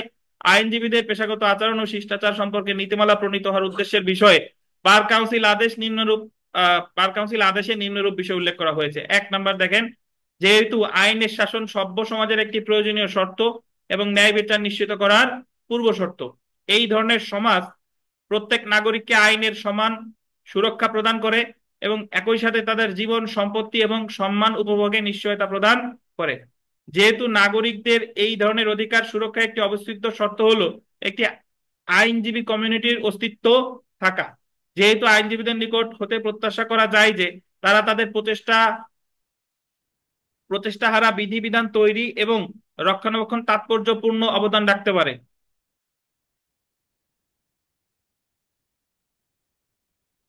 যেহেতু এই সকল উচ্চ দায়িত্ব কার্যকারীভাবে পালনে আইনজীবীরা তাদের পেশার সদস্যদের সাথে, মক্কেলের সাথে, আদালতের সাথে এবং সাধারণ জনগণের সাথে সদাচরণের কিছু নিয়ম এবং নীতিসমূহ অবশ্যই মেনে চলবে। বাংলাদেশ বার কাউন্সিল এই ধরনের সদাচরণের বিধান the canons of professional conduct and etiquette আকারে প্রণয়ন করেছে। অতএব বলা যায় যে উপযুক্ত কারণে আইনজীবীদের জন্য পেশাগত আচরণ এবং শিষ্টাচার সম্পর্কে নীতিমালা প্রণীত হয়েছে। আপনি আপনার মতো করেও লিখতে পারেন, মোটামুটি যেভাবে, যে আইনজীবীরা যাতে একটা নির্দিষ্ট গণ্ডির ভিতরে থাকে, তারা যেন যা খুশি তাই করতে না পারে, আর মোটামুটি এগুলা আছে। আর শিষ্টাচার বিধিমালা এগুলো প্রণয়ন করছে কেন, তারা যাতে উচ্ছৃঙ্খল বা শিষ্টাচারের বাইরে গিয়ে কিছু না করে। তো আমরা খ নাম্বার প্রশ্নে চলে আসবো। দেখেন আমাদের যে 4-এর খ, যেখানে বলা হয়েছে আইনজীবীদের পেশাগত দক্ষতা, সম্মান ও শৃঙ্খলা রক্ষার ক্ষেত্রে বাংলাদেশ বার কাউন্সিল কতটুকু সফলকাম হয়েছে। দারুণ সফল হয়েছে। আম, আইনজীবীদের পেশাগত দক্ষতা, সম্মান ও শৃঙ্খলা রক্ষার ক্ষেত্রে বাংলাদেশ বার কাউন্সিল কতটুকু সফলকাম হয়েছে। আপনার উত্তরের সপক্ষে কারণ বর্ণনা করুন। তার আগে একটু আমরা তানভীরের কাছে শুনি যে তানভীর, বাংলাদেশ বার কাউন্সিল কি সফল হয়েছে কিনা। দেখেন, এটা একটু আন্ডারলাইন করেন উত্তরে, আইনজীবীদের পেশাগত দক্ষতা, সম্মান, শৃঙ্খলা রক্ষার ক্ষেত্রে বাংলাদেশ বার কাউন্সিলের ভূমিকা মূল্যায়ন। আইন পেশায় আইনজীবীদের জন্য আলাদা কোনো সংগঠনের রীতি মূলত ইংলিশ প্রথা থেকে এসেছে। এর মাধ্যমে আইনজীবীগণের বিভিন্ন পেশাগত আচরণকে নিয়ন্ত্রণ করা হয়। সেই সংগঠনের প্রধান লক্ষ্যই হলো আইন পেশার মান এবং মর্যাদা সমন্বিত রাখা। বাংলাদেশ বার কাউন্সিল সরকারের একটি সংবিধিবদ্ধ স্বায়ত্তশাসিত প্রতিষ্ঠান, যা আইনজীবীদের পেশার সনদ প্রদান ও নিয়ন্ত্রণ করে, সকল আইনজীবীর কর্মকাণ্ড নিয়ন্ত্রণ করে, তাদের বিরুদ্ধে অভিযোগ বিবেচনা করে, তাদের জন্য অনুসরণীয় বিধি প্রণয়ন করে এবং যারা উক্ত আচরণ বিধি অমান্য করে তাদের জন্য প্রয়োজনীয় ব্যবস্থা গ্রহণ করে। আইনজীবীদের পেশাগত দক্ষতা, সম্মান ও শৃঙ্খলা রক্ষার ক্ষেত্রে বাংলাদেশ, একটা দাড়ি আছে এটা কেটে দেন, বাংলাদেশ বার কাউন্সিল অনেকাংশে সফল এবং গুরুত্বপূর্ণ ভূমিকা রাখছে বলে আমি মনে করি। এখন আপনার যদি মনে করেন, আপনি যদি চান যে আমি নেগেটিভলি লিখবো, সেটা আপনার ইচ্ছা, ঠিক আছে। যে আপনি যদি বলেন যে আমি গুরুত্বপূর্ণ ভূমিকা রাখে নাই, তাহলে আপনি আপনার যুক্তি প্রদর্শন করবেন, ঠিক আছে। ভূমিকা রাখছে বলে আমি মনে করি। নিচে আমার উত্তরের সপক্ষে যুক্তি দেওয়া হলো। তবে নিয়ম হচ্ছে যে যে আপনার আহ, যে যে প্রশ্ন জানতে চাইছে সবসময় পজিটিভলি লেখা, তারা একটু খুশি করা, ঠিক আছে। দেখেন, বার কাউন্সিল আইনজীবীদের তালিকাভুক্তির জন্য পরীক্ষার আয়োজন করে। বর্তমানে সময়ের চাহিদা অনুযায়ী বার কাউন্সিল যুগোপযোগী সিলেবাস ও প্রশ্নের মাধ্যমে আইনজীবী তালিকাভুক্তির পরীক্ষা নেওয়া হয়। তানভীরের কথার উল্টা। দেখেন, পরীক্ষার্থীকে ব্যাপক পড়াশোনার মধ্য দিয়ে উক্ত পরীক্ষায় অংশগ্রহণ করতে হবে, যার ফলে আইনজীবীদের পেশাগত দক্ষতা, সম্মান বৃদ্ধি পাচ্ছে। এক্ষেত্রে বাংলাদেশ বার কাউন্সিল গুরুত্বপূর্ণ ভূমিকা রাখছে। আইনজীবীগণের জন্য পেশাগত আচরণবিধি ও শিষ্টাচারের মান নিয়ন্ত্রণ সম্পর্কে বিধি প্রণয়নের মাধ্যমে বার কাউন্সিল গুরুত্বপূর্ণ ভূমিকা রাখছে। এর ফলে জনগণের মধ্যে আইনজীবী সম্প্রদায়ের প্রতি সম্মান বেড়েছে। বেড়েছে না কি তা তো জানি না, তবে এরকম মানে আমার স্টুডেন্টই বলে কয়েকজন আছে, এরা ওই কোর্টে বসে থাকে, মামলাটা ফাইলিং হলে ওই নকল নিয়ে, মিষ্টি নিয়ে মক্কেলের বাড়ি যায় যে আপনার বিরুদ্ধে মামলা হয়েছে, এই যে আমি নকল নিয়ে এসেছি, আমারে রাখেন। তো এখন পারছে কিনা ঠিক জানি না, আমি নট শিওর। দেখেন আহ, আমার দেখেন, হ্যাঁ, তালিকাভুক্ত আইনজীবী গণের অধিকার, সুযোগ সুবিধা ও স্বার্থ রক্ষার জন্য বাংলাদেশ বার কাউন্সিল গুরুত্বপূর্ণ ভূমিকা পালন করছে। আইনজীবীগণের স্বার্থ রক্ষার জন্য তারা গণতান্ত্রিক পদ্ধতিতে নির্বাচনের মাধ্যমে নিজেদের প্রতিনিধি ঠিক করে দাবিসমূহ তুলে ধরার কাজ করে থাকে। আইনজীবী, তাদের পরিবার, তাদের উপর নির্ভরশীল ব্যক্তিদের কল্যাণের জন্য বার কাউন্সিল যৌথ বীমা প্রকল্প ও বেনেভোলেন্ট ফান্ড গঠন করতে পারে। এছাড়া প্রয়োজন মোতাবেক অসহায় আইনজীবী বা তার পরিবারের পোষ্যদের জন্য যুদ্ধ বা প্রাকৃতিক দুর্যোগের বা অন্য যে কোনো বিশেষ কারণে ক্ষতিগ্রস্ত বার অ্যাসোসিয়েশনকে সাহায্য দানের লক্ষ্যে ত্রাণ তহবিল ফান্ড গঠন করতে পারে। এর মাধ্যমে আইনজীবীদের সম্মান বজায় থাকে। খুব ত্রাণ তহবিল ফান্ড গঠন করছিল করোনার 1 বছরে 835 না কয় টাকা যেন পাইছিলাম, মানে বার বার কাউন্সিল থেকে গোপালগঞ্জ বারের জন্য বরাদ্দ করছে, প্রতি আইনজীবী পাইছে 835 না 40 জানি, তার ভিতর আইনজীবীরা পাইছে হলো 800 টাকা, 30 টাকা পিয়নরা রেখে দিছে, যে এই 30 টাকা আমাদের।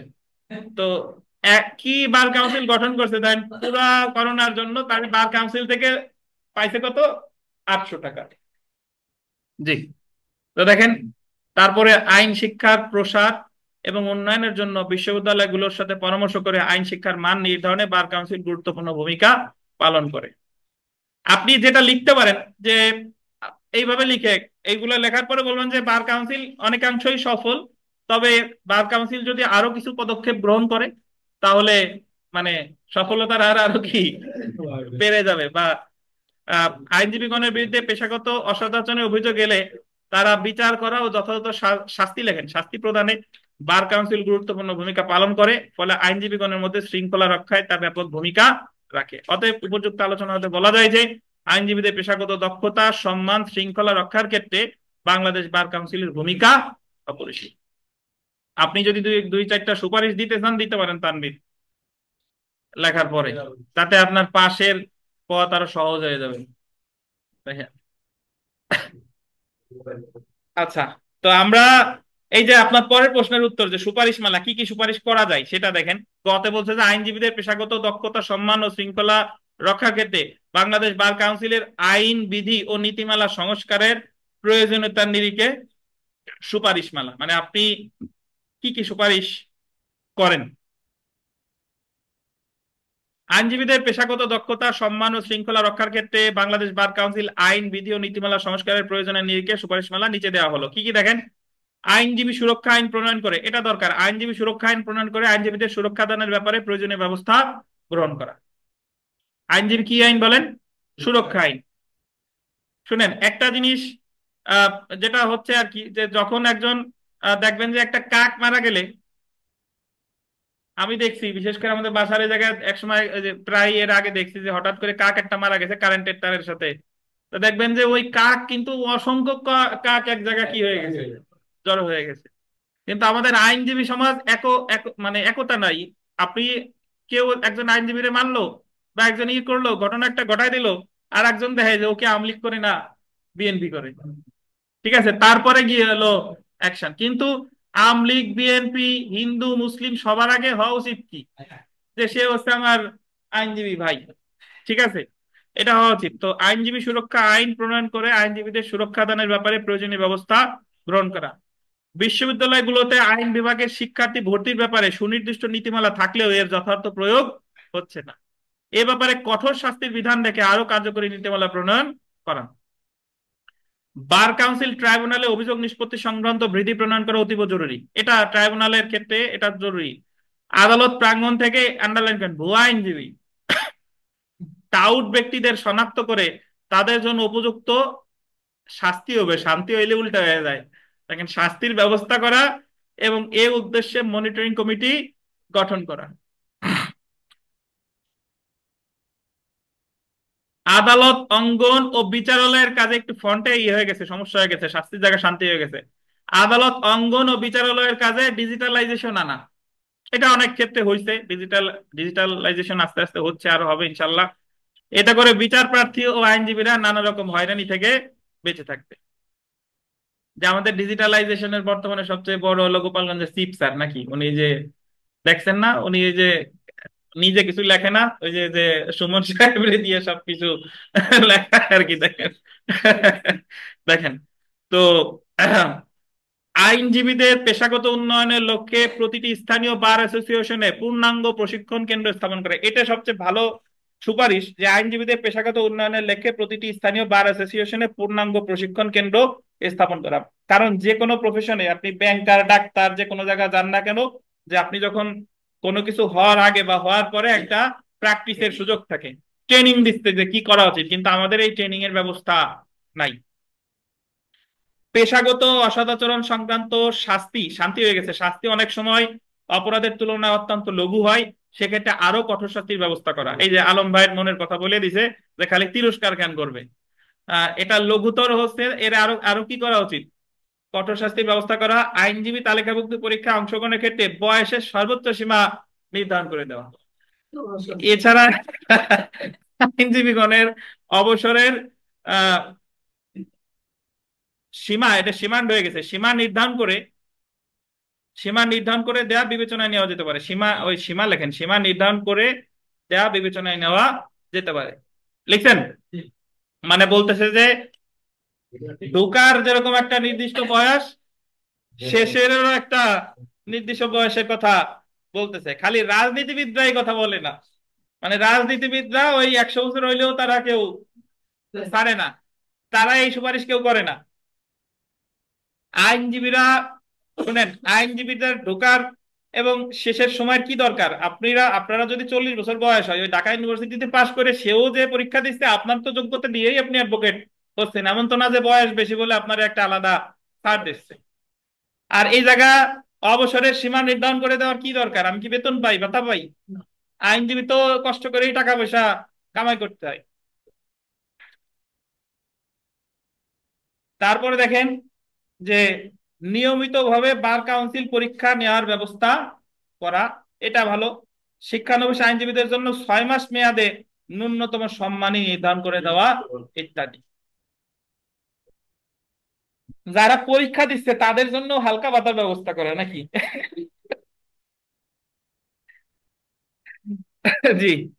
তো এছাড়াও আপনি ইচ্ছা করলে আরো সুপারিশ করতে পারেন আপনার বিষয় আর কি, আপনার যেটা যৌক্তিক মনে হয়। তো আমাদের একটু বিরতি, 5-10 মিনিটের বিরতি, তারপরে আবার শুরু করবো ইনশাল্লাহ, এরপর লিঙ্ক দেবো।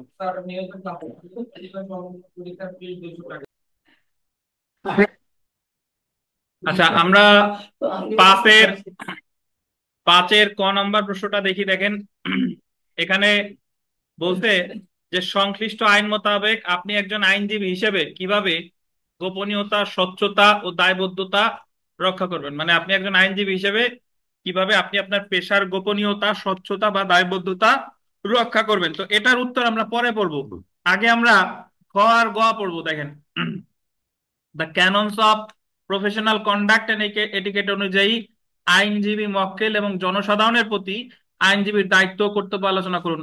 অধ্যায় আছে মোট 4টা, এই জায়গায় জানতে চাইছে আইনজীবী, মক্কেল আর জনসাধারণ কয়টা, 3টা। আর গ দেখেন, পেশাগত বিধি বা নীতিমালার আলোকে আদালতের প্রতি, মক্কেলের প্রতি, সহ আইনজীবীদের প্রতি, জনসাধারণের প্রতি, মানে কি 4টেই জানতে চাইছি। তাহলে আগে আমরা খ আর গ পড়বো, তারপরে অন্যান্য গুলো পড়বো। আগে আমরা খ আর গ এর উত্তরে চলে আসি। দেখেন,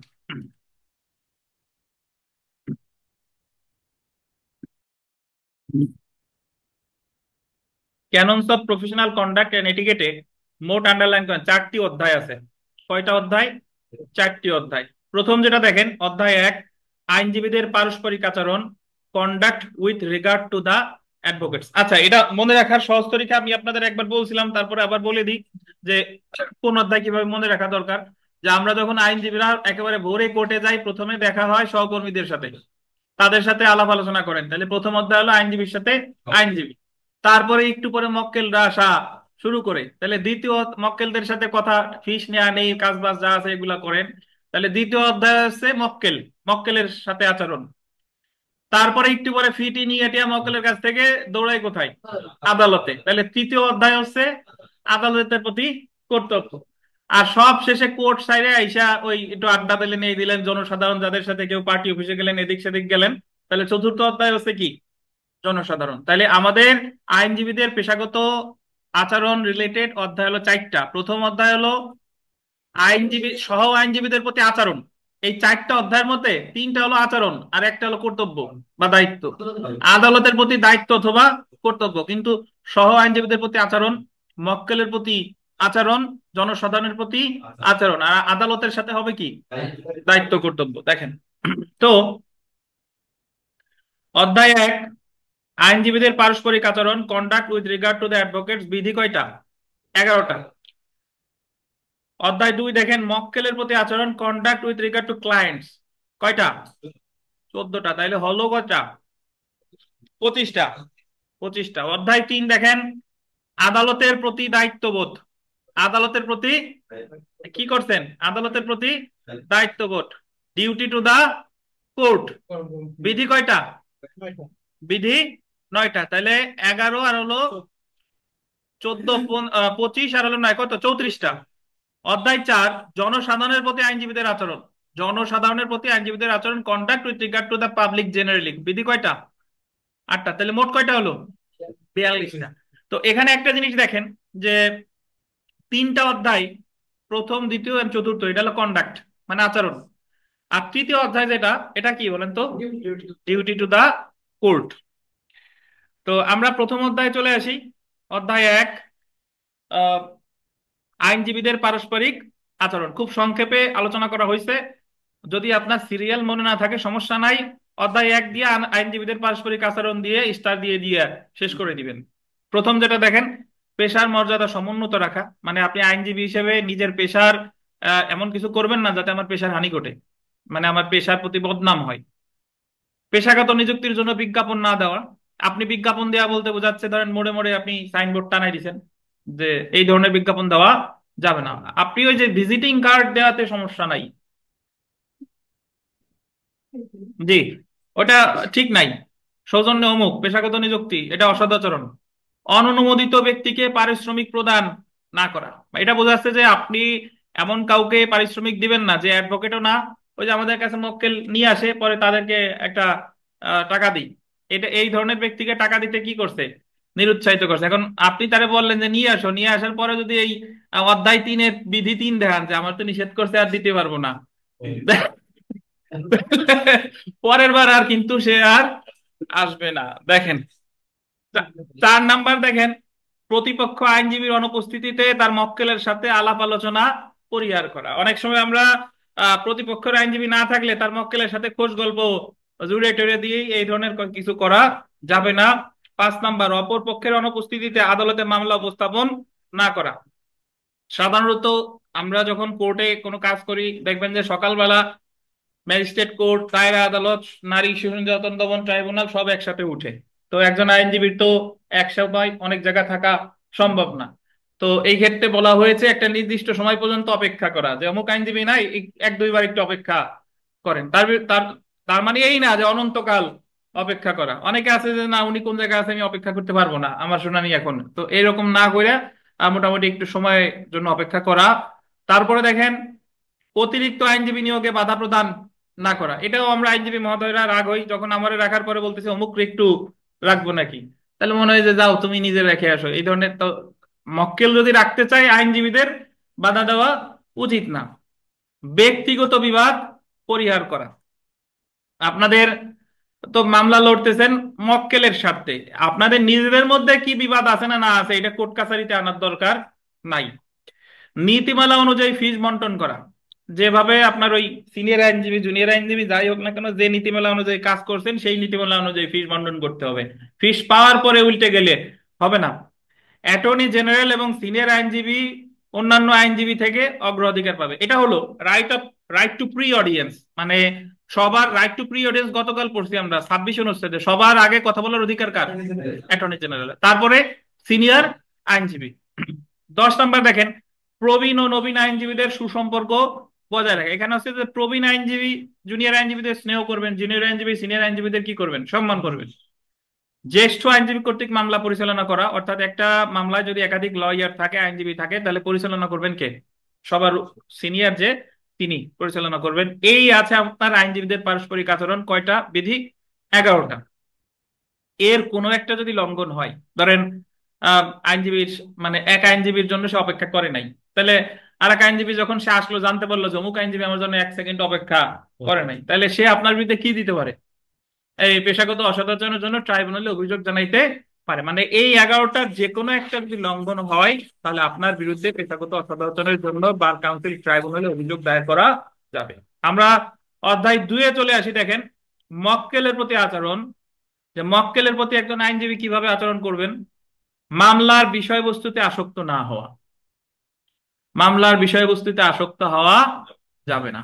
অনেক সময় আমরা মক্কেলের জমি নিজেরাই ক্রয় করে রাখতে চাই। তো এই ধরনের বিষয়বস্তুতে আসক্ত হওয়া যাবে না। পূর্ববর্তী মক্কেলের বিপক্ষে মামলা পরিচালনা না করা, এখন এটা বলতে এটা বোঝাই নাই যে একবার যার মক্কেল হয়েছে তার বিপক্ষে কোনোদিন মামলা করা যাবে না, বিষয়টা তা না। ধরেন আপনি একজনের পক্ষে আইনজীবী ছিলেন, এখন আপনার কাছ থেকে মামলাটা সে আর একজনের কাছে নিয়ে গেছে, এখন আপনি ওর উপর রাগ হয়ে তাহলে ওর বিপক্ষের যে তার সাথে আমি, তাহলে এটা করা যাবে না। এটা তো আমাদের ওই সাক্ষ্য আইনের কত ধারার লঙ্ঘন জানে বলেন তো? সাক্ষ্য আইনের 126-এও কিন্তু নিষেধ করছে যে আপনি মক্কেলের সাথে আপনার যে যোগাযোগ হয়েছে এটা প্রকাশ করা যাবে না। 3 নাম্বার, প্রতিপক্ষের সাথে কোনো সম্পর্ক থাকলে সেই স্বার্থ প্রকাশ করা। আপনার কাছে একজন আহ, আসছে মক্কেল, যে উকিল সাহেব আমি আপনার উকিল রাখতে চাই, এখন যারে বিবাদী করছে বা যে আসামি করছে সে আবার আপনার আত্মীয়।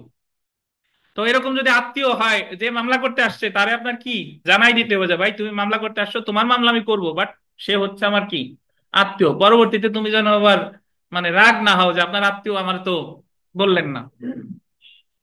উভয় পক্ষে মামলা পরিচালনা না করা, উভয় পক্ষে মামলা পরিচালনা না করা মানে আপনি বাদী পক্ষেরও টাকা নিছেন, বিবাদী পক্ষেরও টাকা নিছেন। মামলার বিষয়বস্তু গ্রহণ বা ক্রয় না করা, ওই যে যে কথা বললাম যে আমরা যখন সুনির্দিষ্ট প্রতিকার আইন পড়েছিলাম, আপনাদের মনে আছে কিনা? সুনির্দিষ্ট প্রতিকার আইনের ওই 35 ধারায় চুক্তি রদের একটা উদাহরণ আছে, যে হিন্দু বিধবা মহিলার জমি কিনে নিছেন অ্যাটর্নি, তো তখন তিনি মামলা করছিলেন কি চুক্তি রদের। এবং এখানে আমাদের সাক্ষ্য আইনের 112, সাক্ষ্য আইনের 111 ধারাও আসে, সক্রিয় অস্থার সম্পর্ক, যে সক্রিয় অস্থার সম্পর্ক সরল বিশ্বাসের প্রশ্ন উঠলে প্রমাণ করবে কে? আইনজীবী না মক্কেল? কে বলেন তো? আইনজীবী। নিজের সম্পত্তির সাথে মক্কেলের সম্পত্তির মিশ্রণ না করা, আপনি কখনোই নিজের সম্পত্তির সাথে মক্কেলের সম্পত্তি মিশ্রণ করবেন না। নিয়োগবিহীন পরামর্শ প্রদান না করা, মানে অনেক সময় এমন দেখবেন যে মামলা কোর্টে দুই পক্ষ খুব, এক পক্ষ আর এক পক্ষ খুব লড়াই তর্কাতর্কি করতেছে, এমন সময় আর একজন এসে, সে কিন্তু নিযুক্ত আইনজীবী না, বাদীরও না বিবাদীরও না, বাট তিনি পরামর্শ দেওয়া শুরু করছে, এভাবে দেওয়া যাবে না কোনো পক্ষে। উনি বড়জোর যদি কোনো ভুল ব্যাখ্যা দিয়ে থাকে, আদালতের দৃষ্টি আকর্ষণ করতে পারে যে ইওর অনার এই এই ক্ষেত্রে এরকম হতে পারে, কিন্তু উনি কোনো পক্ষে ওই মুহূর্তে কি দেবে না, পরামর্শ দিবে না। আইন ভঙ্গের পরামর্শ প্রদান না করা, আপনি কখনোই একজন মক্কেলকে এমন কোনো পরামর্শ দিবেন না যাতে কি ভঙ্গ হতে পারে, আইন ভঙ্গ হতে পারে। অভিযুক্ত ব্যক্তির পক্ষে প্রতিদ্বন্দ্বিতা করা একজন আইনজীবীর অধিকার।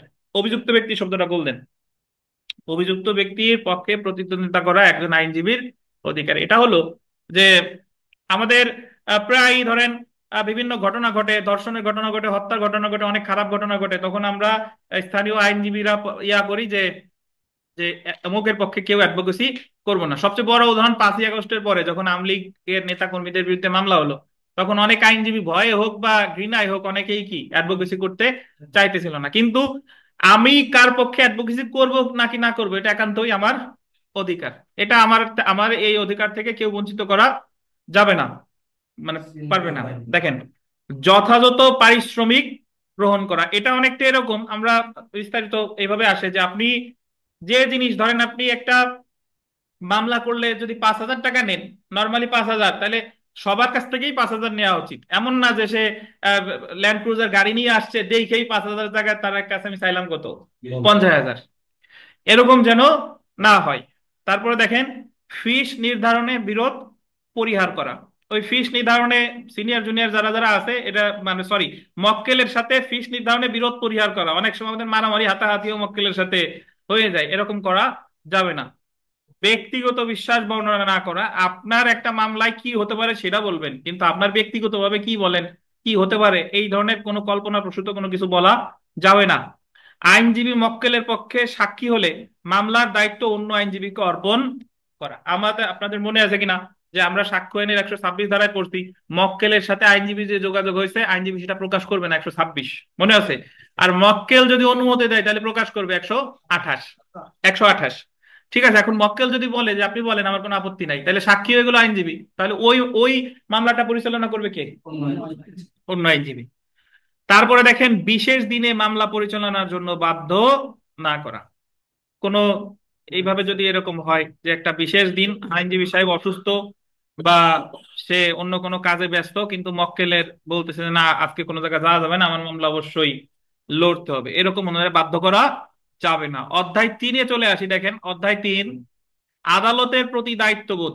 আদালতের প্রতি দায়িত্ববোধ, আদালতে ভদ্রতার সঙ্গে উপস্থিত হওয়া। আপনি আদালতে ভদ্রতার সঙ্গে উপস্থিত হওয়া মানে এমন কিছু মার্জিত আচরণ করা, ভদ্রতার সঙ্গে উপস্থিত হওয়া। ধরেন আপনি ড্রেস কোড ঠিক নাই, বা মোটামুটি চেহারার দিক দিয়ে উস্কো খুস্কো অবস্থা, এরকম যেন না হয়। মোটামুটি যে যে বিধিমালা আছে সেগুলো মেনেই ভদ্রতার সঙ্গে উপস্থিত হওয়া উচিত। বিচার এড়িয়ে যেতে উপদেশ না দেওয়া। আমি আমার মক্কেলকে বললাম যে তোমার এই বিচার ফেস করার দরকার নাই, তুমি অমুক দেশে চলে যাও, এরকম পরামর্শ দেওয়া যাবে না। ভুল তথ্য বা অপব্যাখ্যা পরিহার করা, এটা অনেকাংশেই আদালতে হয়ে থাকে। যে অনেক আইনজীবী হয়তোবা ইন্টেনশনালি অথবা আনইনটেনশনালি অনেক ক্ষেত্রেই ভুল তথ্য বা ভুল ব্যাখ্যা দিয়ে থাকে, এটা করা যাবে না। বিচারক আইনজীবীদের সুসম্পর্ক ও দূরত্ব বজায় রাখা, এটা নিয়ে একটা উদাহরণ এভাবে আসে যে বাদী এবং বিবাদীর আইনজীবী দুইজনই সম্মতিক্রমে বিচারকের খাসকামরায় ঢুকছে। উভয় পক্ষের সম্মতি থাকলেও বিচারকের খাসকামরায় কি ঢোকা যাবে না। বিচারকের খাস কামরায় আপনি এমনি ঢুকেন, তার সাথে কথাবার্তা বললেন, কিন্তু মামলার বিষয়ে কোনো কথা বলা যাবে না, এটা পেশাগত অসদাচরণ। সরকারি আইনজীবীর দায়িত্ব হলো সুবিচার প্রতিষ্ঠা করা, কোনো আসামিকে দোষী সাব্যস্ত না করা। আমরা অনেকাংশেই বাস্তবে যেটা দেখি যে পিপি সাহেব হইলেই, সরকারি কেউ হইলেই দায়িত্ব হলো আসামির ফাঁসি নিশ্চিত করা, কিন্তু বিষয়টা কিন্তু তা না। বিষয় হচ্ছে যে যাতে ন্যায় বিচার নিশ্চিত হয় সেই মোতাবেক ওনার কাজ করে যেতে হবে। সংবাদপত্রে তথ্য প্রকাশ না করা, সাধারণত সকল মামলার তথ্য সংবাদপত্রে প্রকাশ করা যায় না। যদি কোনো মানে গোপন বা স্পর্শকাতর কোনো বিষয় থাকে, তাহলে সেই বিষয় সংবাদপত্রে তথ্য প্রকাশ করা যাবে না। বিচারক নির্বাচনে যথাযথ ভূমিকা রাখা, নিম্ন আদালতে এই সুযোগ আর এখন নেই, উচ্চ আদালতেও বলতে গেলে নেই। তো আমাদের বাংলাদেশের প্রেক্ষাপটে 1984 সালের আগে আমাদের এই জেলা পর্যায়ে যে জেলা জজ হইতো, এটাও এই আইনজীবীদের মধ্যে থেকে নিয়োগ দেওয়ার সুযোগ ছিল। বর্তমানে বিচারপতি যেরকম নিয়োগ দেয়, যে সুপ্রিম কোর্টের যে বিচারপতি যারা 10 বছর অ্যাটলিস্ট প্র্যাকটিস করছে তাদের মধ্যে থেকেই তো বিচারপতি নিয়োগ দেয়। ঠিক একইভাবে বাংলাদেশে 1984 সালের আগে নিম্ন আদালতের বিচারকদেরও এইভাবে নিয়োগ দেওয়ার কি ছিল বলেন, সুযোগ ছিল। তো এই ক্ষেত্রে বর্তমানে তো আর কাউরে শোনা হয় না, কিন্তু যদি প্রকৃত ন্যায়ের শাসন, আইনের শাসন থাকে, তাহলে তো অমুককে বিচারক করা যাবে কিনা অন্যান্য আইনজীবীদের কি মতামত গ্রহণ করে। কিন্তু এখন তো আর এই মতামতের এই যে যে মানে ট্রেডিশন এখন আর নাই। যার দরকার হয়েছে যে দলের, সরাসরি তারে দিয়ে দিলাম, এই আর কি। আদালতে সময় মতো উপস্থিত হওয়া, আইনজীবীদের অবশ্যই চেষ্টা করে উচিত আদালতে যথাসময়ে উপস্থিত হওয়া। আদালতে নিরপেক্ষ মতামত প্রদান করা, মানে আপনি যদি আদালতে কোনো মতামত প্রদান করতেই থাকেন, অবশ্যই প্রদান করতে হবে কিভাবে বলেন, নিরপেক্ষভাবে। আমি একটা সুপ্রিম কোর্টে, তখন হচ্ছে আমার মনে আছে একটা বিষয়, ওই আপনার ভাইবার আগে, হাইকোর্ট ভাইবার আগে একদিন কোর্টে গেছি, তো তখন এক কোর্টে বৈশা ওই বিচার শুনতে দেখতেছি। তো একজন সিনিয়র, উনার মামলা না, বাট উনি এমনি বসে আছে, মামলা হয়তো বা পরে, কিন্তু ওই বিচারপতি মহোদয় প্রতি মামলাই, ওই সুপ্রিম কোর্টে তো আইনের ডিএলআর কি আছে, ই কি আছে, এগুলা ওই বিচারপতি প্রায় ওনারা জিজ্ঞেস করে যে সিনিয়র এই বিষয়ে কোনো রুলিং আছে কিনা। পরে উনি দাঁড়ায় আবার ওই বিষয়ে ব্যাখ্যা দেয়। এরকম 4-5টা দেখলাম যে উনার মামলা না, মামলা অন্য আর একজনের, কিন্তু বিচারপতি মহোদয় ওনার কাছ থেকে পরামর্শ নিচ্ছে যে এই বিষয়ে কোনো কিছু রুলিং আছে কিনা বা এই বিষয়ে কি করণীয়। তো বুঝতে পারছেন তো। তো আদালতে নিরপেক্ষ মতামত প্রদান করা, তখন উনি যে মতামতটা প্রদান করছে অবশ্যই উনি তো কোনো পক্ষের না, উনি যেটা আইনে যেটা আছে সেই মোতাবেক উনি বলে যে ওনার এরকম হতে পারে আর কি, বা অমুক মামলা এরকম আছে। আমরা চতুর্থ অধ্যায় পড়ি, চতুর্থ অধ্যায় পড়ার পরে দেখেন চতুর্থ অধ্যায় যে জনসাধারণের প্রতি আইনজীবীদের আচরণ।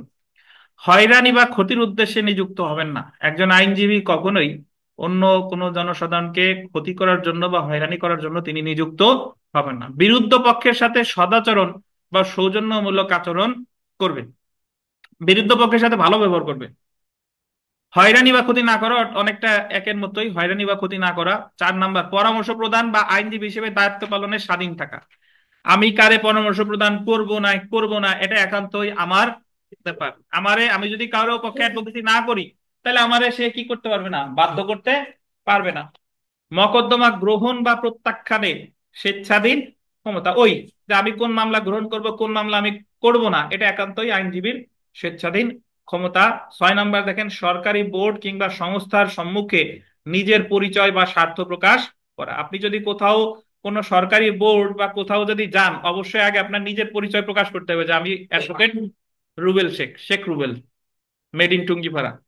দেখেন, বিচারক হিসেবে দায়িত্ব পালন করলে উক্ত মোকদ্দমার বিষয়ে আইনজীবী হিসেবে নিযুক্ত হবেন না। দারুণ, এটা আছে, বিচারক হিসেবে যদি তিনি দায়িত্ব পালন করেন উক্ত মোকদ্দমার বিষয়ে আইনজীবী হিসেবে নিযুক্ত হবেন। এখন আপনাদের মনে অনেকের প্রশ্ন আসতে পারে যে স্যার, বিচারক হিসেবে দায়িত্ব পালন করলে আমার আইনজীবী হবে কিভাবে? ধরেন, নিম্ন আদালতে তিনি ছিলেন বিচারক, উনি যখন অবসর গ্রহণে করতেন, অবসর গ্রহণ করলেন, তখন উনি হাইকোর্ট বিভাগে অ্যাডভোকেসি করতে পারেন যদি ওনার অ্যাডভোকেটশিপ লাইসেন্স থাকে। তাহলে দেখা গেল যে নিম্ন আদালতের বিচারক হিসেবে তিনি যে মামলার রায় দিছে বা যে মামলার বিচার করছে, সেই মামলার বিষয়ে উনি ওই হাইকোর্টে উনি অ্যাডভোকেসি করতে পারবে না। জি। ব্যবসা, চাকুরি বা অন্য পেশার সঙ্গে জড়িত হওয়া নিষিদ্ধ। এখানে আহ, এটা খুবই গুরুত্বপূর্ণ একটা জিনিস, আন্ডারলাইন করেন যে সাধারণত ব্যবসা, চাকুরি, অন্য যদি কিছু করেন তাহলে সে আইনজীবী হিসেবে, মানে আইনজীবী অ্যাডভোকেসি করলে এটা পেশাগত অসদাচরণ হিসেবে গণ্য হবে। এটা সবচেয়ে বেশি হয় এটা, মানে আমাদের অনেকেই আছে বিভিন্ন জায়গায় চাকরি করে, ব্যবসা করে, আবার তারা অ্যাডভোকেট আছে। তো সেই ক্ষেত্রে ব্যবসা, চাকরি, অন্য পেশার সঙ্গে জড়িত হওয়া নিষিদ্ধ। তো তানভীর আমাদের জন্য খাবার আনতে, ওইটা আবার ডাকতেছে আমাদের, দেখে নাইলে আবার কি হয়ে যাবে।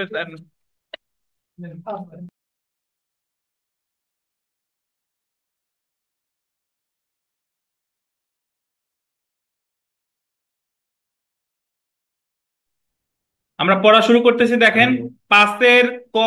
এখানে বলা হয়েছে সংশ্লিষ্ট আইন মোতাবেক আপনি একজন আইনজীবী হিসেবে কিভাবে গোপনীয়তা, স্বচ্ছতা বা দায়বদ্ধতা রক্ষা করবেন। তো এই প্রশ্নের উত্তর করার জন্য আপনাকে কিন্তু উত্তরগুলো আসলে লিখতে হবে। ওই যে আমাদের যে 4টা অধ্যায় আছে, 4টা অধ্যায়ের যে বিভিন্ন বিধিবিধান আছে সেইগুলা। তো আমরা পড়া শুরু করি, দেখেন ক এর উত্তর, যে সংশ্লিষ্ট আইন মোতাবেক আমি একজন আইনজীবী হিসাবে যেভাবে গোপনীয়তা, স্বচ্ছতা বা দায়বদ্ধতা রক্ষা করব তা নিচে দেওয়া হলো। প্রথমে আসি গোপনীয়তা রক্ষা। আমি প্রতিপক্ষ আইনজীবীর বিনা অনুমতিতে বা তার অনুপস্থিতিতে বিরোধীয় বিষয় তার মক্কেলের নিকট প্রকাশ করব না। আপনার এখানে একটা জিনিস দেখেন যে প্রতিপক্ষ আইনজীবীর অনুমতিতে, বিনা অনুমতিতে বা তার অনুপস্থিতিতে মক্কেলের সাথে প্রকাশ করব না। এখন আপনার যদি কত অধ্যায়ের কত নাম্বার বিধি এটা মানে মনে না থাকাই স্বাভাবিক। তাহলে বিধি মনে না থাকলে আপনি জাস্ট দিয়ে দিবেন কি অধ্যায় 1 বা অধ্যায় 2, অধ্যায় 3। ঠিক আছে, বিধি সুনির্দিষ্টভাবে দেওয়ার দরকার নাই, আর মনে থাকলে তো ভালো। আর যদি কিছুই মনে না থাকে তাহলে এইভাবে আলোচনা করবেন, the canons of professional conduct and etiquette অনুসারে গোপনীয়তা রক্ষার ক্ষেত্রে আমি যা যা যা অনুসরণ করব তা নিম্নে আলোচনা করা হলো। বুঝতে পারছেন? 2 নম্বরে দেখেন, আমি একজন আইনজীবী হিসেবে আমার পূর্ববর্তী মক্কেলের বিরুদ্ধে কোনো নিয়োগ গ্রহণ করব না। মানে বলতেছে যে আমি একবার যার আইনজীবী হিসেবে কাজ করছি তার বিরুদ্ধে আমি কোনো অ্যাডভোকেসি করব না। এইভাবে আমি আমার গোপনীয়তা রক্ষা করব। আমি কোনো বিচারাধীন মোকদ্দমা সম্পর্কে পত্রিকায় কোনো তথ্য প্রকাশ করব না। কোনো বিচারাধীন মোকদ্দমা আছে, মানে যে মামলা এখনো বিচারাধীন আছে এবং স্পর্শকাতর বিষয়, সেই ক্ষেত্রে কোনো তথ্য প্রকাশ করব না। এটা বলছে অধ্যায় 3 বিধিগত 6। এখন আমরা চলে এসেছি স্বচ্ছতা রক্ষা, যে প্রতিপক্ষের আইনজীবীর অনুপস্থিতিতে প্রকাশ্য আদালত ছাড়া অন্য কোথাও বিরোধীয় বিষয় সম্পর্কে বিচারকের সাথে যোগাযোগ করব না। এই যে দেখছেন, ইভেন প্রতিপক্ষের আইনজীবী যদি উপস্থিত থাকে তবুও তারে নিয়েও আমি বিচারকের খাস কামরায় যাব না। আমার মক্কেল একাধিক আইনজীবী নিয়োগ দিতে চাইলে আমি কোন রূপ বাধা দেব না। অধ্যায় 1 বিধি 6। মক্কেলের সাথে প্রতিপক্ষের আইনজীবীর সাথে ব্যক্তিগত বিরোধ ও সংঘাত এড়িয়ে চলবো। অধ্যায় 1 বিধি 7। মক্কেলের নালিশি সম্পত্তি বা মামলার জড়িয়ে কোনরূপ ব্যর্থ অর্জন করব না বা এরূপ করার চেষ্টা করব না। মক্কেলের নালিশি সম্পত্তি বা মামলার জড়িয়ে কোনরূপ ব্যর্থ হবে না, এই জায়গা কোনরূপ মামলায় জড়িয়ে কোন রূপ অর্থ লেখেন। একটু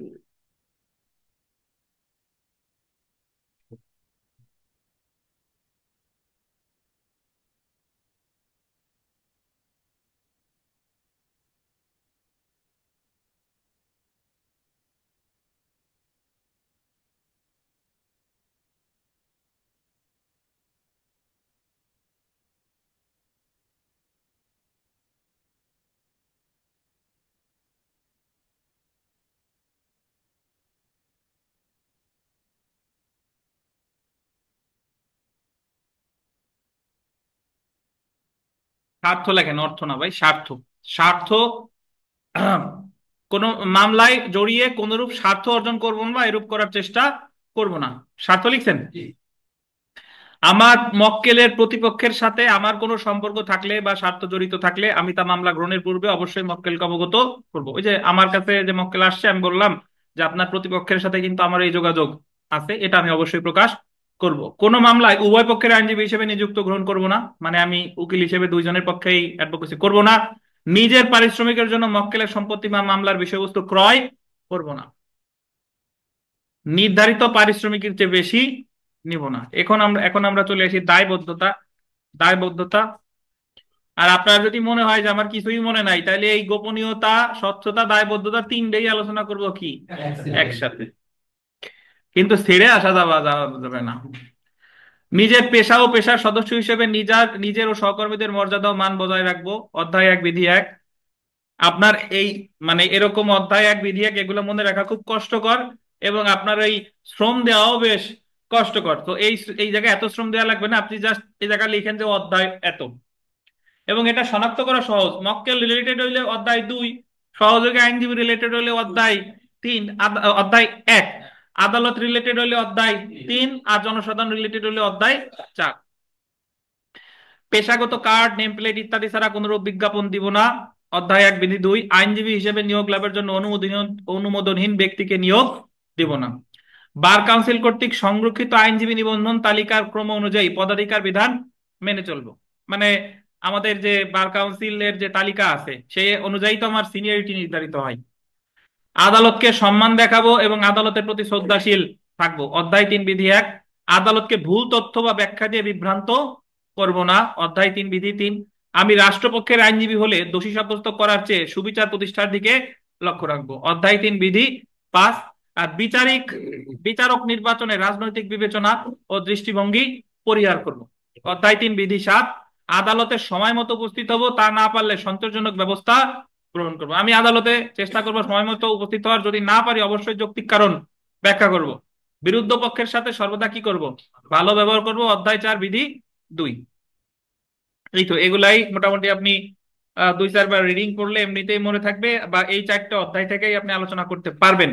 আমরা পরের প্রশ্নে আছি, ঘ নাম্বার প্রশ্নের উত্তর, যে একজন আইনজীবীর ফি নির্ধারণের ক্ষেত্রে যে সকল বিষয়াদি বিবেচনায় নিবেন। মানে একজন আইনজীবীর ফি নির্ধারণের ক্ষেত্রে তিনি কোন কোন বিষয় বিবেচনায় নিবেন। The canons of professional conduct and etiquette এর 2য় অধ্যায়ের 10 নং বিধিতে একজন আইনজীবী ফি নির্ধারণের ক্ষেত্রে যে সকল বিষয় বিবেচনায় নিবেন তা উল্লেখ করা হয়েছে, নিম্নে তা আলোচনা করা হলো। 1, মক্কেলের কাছ থেকে অস্বাভাবিক ফি দাবি করা যাবে না, আবার ন্যায়সঙ্গত ফি এর চেয়েও কম দাবি করা যাবে না। কোনো আইনজীবীর অনুরোধে, আন্ডারলাইন করেন, কোনো আইনজীবীর অনুরোধে বা কোনো আইনজীবীর বিধবা স্ত্রী কিংবা কোনো অসহায় এতিম সন্তানদের বেলায় বিশেষ বিবেচনা সাপেক্ষে বা বিনা ফিতে মামলা পরিচালনা করা প্রত্যেক আইনজীবীর নৈতিক দায়িত্ব। তারপরে মামলা পরিচালনায় ব্যয়িত সময়, শ্রম, মামলার জটিলতা নিরসনে নতুনত্ব বা দক্ষতা বিবেচনা করতে হবে। সংশ্লিষ্ট মামলায় দায়িত্ব পালন করতে গিয়ে অন্য পেশাগত দায়িত্বে প্রতিবন্ধকতা সৃষ্টি হবে কিনা তা বিবেচনা করতে হবে। মানে আপনি এক মামলায় দায়িত্ব পালন করতে গিয়ে যাতে অন্য কোনো সমস্যার সৃষ্টি না হয়। কোন নির্দিষ্ট মামলার ফি নির্ধারণে প্রচলিত প্রথা থাকলে তা বিবেচনা করতে হবে। মানে বুঝেন, ধরেন আছে যে অমুক মামলায় এফিডেভিটে এত টাকা, তাহলে সবার কাছ থেকে এত টাকা নিতে হবে। বিরোধীয় বিষয়বস্তুর থেকে মক্কেল কি পরিমাণ উপকার লাভ করবে তা বিবেচনা করতে হবে। ক্ষতিপূরণ প্রাপ্তিতে কিরূপ নিশ্চয়তা কিংবা অনিশ্চয়তা রয়েছে তা বিবেচনা করতে হবে। আইন সেবা দেওয়ার জন্য সাময়িক নাকি দীর্ঘমেয়াদী উদ্দেশ্য নিয়োগ দেওয়া হচ্ছে তা বিবেচনা করা। মানে আপনারা কি সাময়িকভাবে নিয়োগ দিচ্ছে নাকি দীর্ঘমেয়াদী ভাবে তা বিবেচনা করা। আইন পেশা অর্থ উপার্জনের পেশা নয়, বরং ন্যায় বিচার নিশ্চিত করার জন্য বিচার প্রশাসনের একটি অংশ। ফি নির্ধারণের ক্ষেত্রে তা কখনোই ভুলে যাওয়া উচিত হবে না। অর্থ উপার্জনের পেশা ভাই, কষ্ট করে এত কাল ধরে পড়তেছে, উপার্জনটা করবে কি? আইনজীবীরা এরকম মতামত প্রচলিত আছে যে মামলা একটা নিয়ে নিয়ে আসলে কার বিরুদ্ধে করতে হবে, তাহলে বাপের বিরুদ্ধে করলেও সমস্যা নাই, টাকা দাও মামলা দায়ের করে দিচ্ছি। টের পাই নাই, তাহলে পরে যাই টের পাইছে যে মামলা আমি কার বিরুদ্ধে করলাম। বুঝতে পারছেন?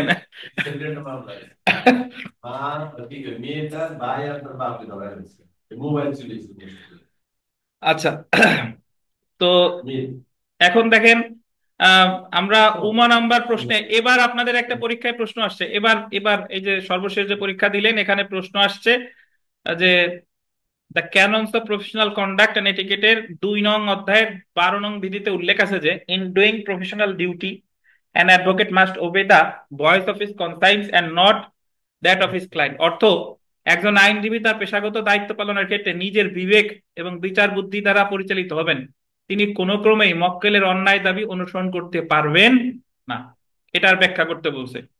এটার ইংলিশে জাস্ট এই লাইনটা উঠাই দিছে এবং বলছে যে canons of professional conduct and etiquette অনুসারে এই বিধিটি ব্যাখ্যা করুন। তো এখানে বলছে যে একজন আইনজীবী আপনার তার পেশাগত দায়িত্ব পালনের ক্ষেত্রে নিজের বিবেক ও বিচার বুদ্ধি দ্বারা পরিচালিত হবেন, মক্কেলের অন্যায় দাবি তিনি অনুসরণ করবেন না।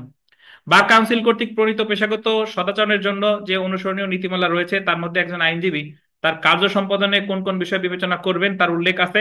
বার কাউন্সিলের প্রণীত বিভিন্ন নীতির মধ্যে উপযুক্ত নীতির প্রতিফলন দেখা যায়। আমরা আসি, প্রথমে যেটা দেখি দেখেন, অধ্যায় 4 বিধিগত 1 অনুসারে কাউকে হয়রানি করার উদ্দেশ্যে আক্রোশের বশীভূত হয়ে কিংবা মামলার কার্যক্রম বিলম্বিত করার উদ্দেশ্যে বাদী কিংবা আসামি পক্ষে কোনো মামলা পরিচালনা করার জন্য একজন আইনজীবী নিয়োজিত হবেন না। এক্ষেত্রে তিনি নিজ বিবেক ও নীতিবোধ অনুসরণ করবেন। মানে বললো যে কাউকে হয়রানি করার উদ্দেশ্যে অথবা মামলা বিলম্ব করার উদ্দেশ্যে তিনি কোনো কাজ করবেন না।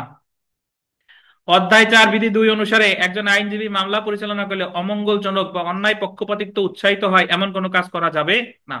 পেশাগত দায়িত্ব পালন করলে একজন আইনজীবীর বিবেক ও নীতিবোধ কখনোই তার মঙ্গল দ্বারা, তার মক্কেল দ্বারা, লেখেন মক্কেল, কখনোই তার মঙ্গল হয়ে গেছে, মক্কেল দ্বারা প্রভাবিত হবে না। কি দ্বারা?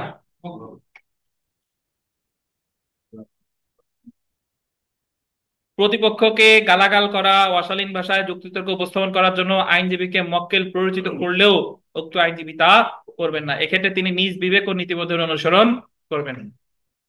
অধ্যায় 4 বিধি 3 অনুসারে দেওয়ানি মামলার বিবাদমান পক্ষ একে অপরকে অযথা হয়রানি বা ক্ষতিগ্রস্ত করার উদ্দেশ্যে মামলায় লিপ্ত হলে সেই ক্ষেত্রে তিনি নিজ বিবেক ও নীতিবোধের অনুসরণ করে বাদী কিংবা বিবাদী পক্ষে মামলা পরিচালনার দায়িত্ব গ্রহণে অবশ্যই কি করবেন?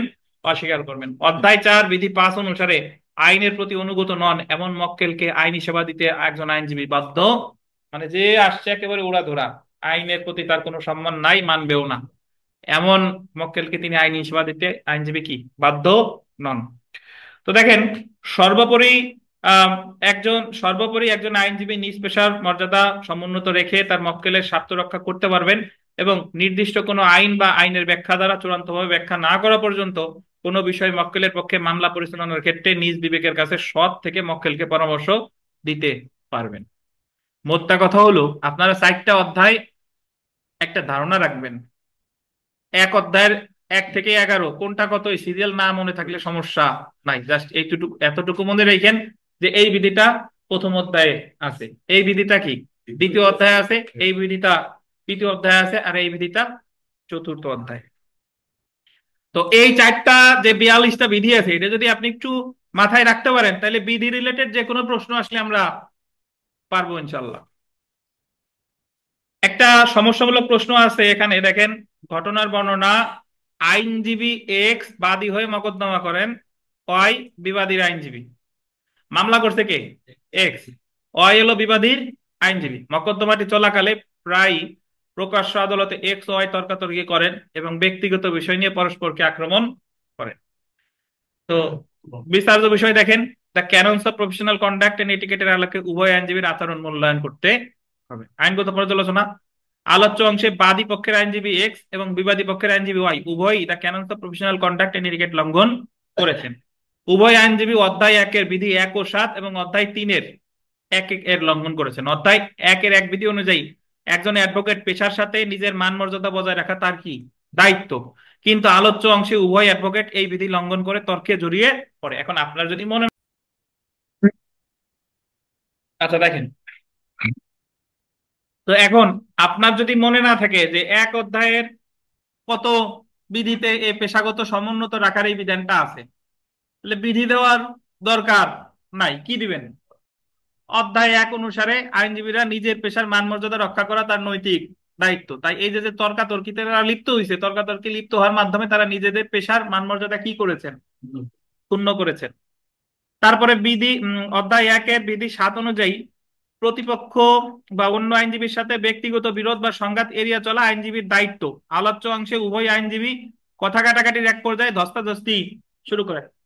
ধরেন কোন অধ্যায় তাও মনে নাই, কোন বিধি তাও মনে নাই, তাহলে আপনি লিখবেন যে canons of professional conduct and এটিকেটের সংশ্লিষ্ট অধ্যায় অনুসারে যে তর্কাতর্কি করা করা কি অপরাধ, মানে উভয় পক্ষের আইনজীবী যদি তর্কাতর্কি করে তাহলে এটা তার পেশাগত অসদাচরণ হিসেবে বিবেচিত হবে।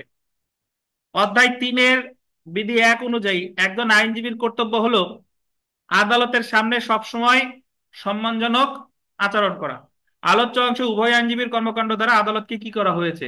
অসম্মান করা হয়েছে। তাহলে সিদ্ধান্তে যদি আমরা আসি যে সুতরাং উভয় পক্ষের আইনজীবী উপযুক্ত বিধি লঙ্ঘন করেছে, যা Bangladesh legal practitioners and bar council order 1972-এর অনুচ্ছেদ 32 অনুযায়ী শাস্তিযোগ্য কর্মকাণ্ড।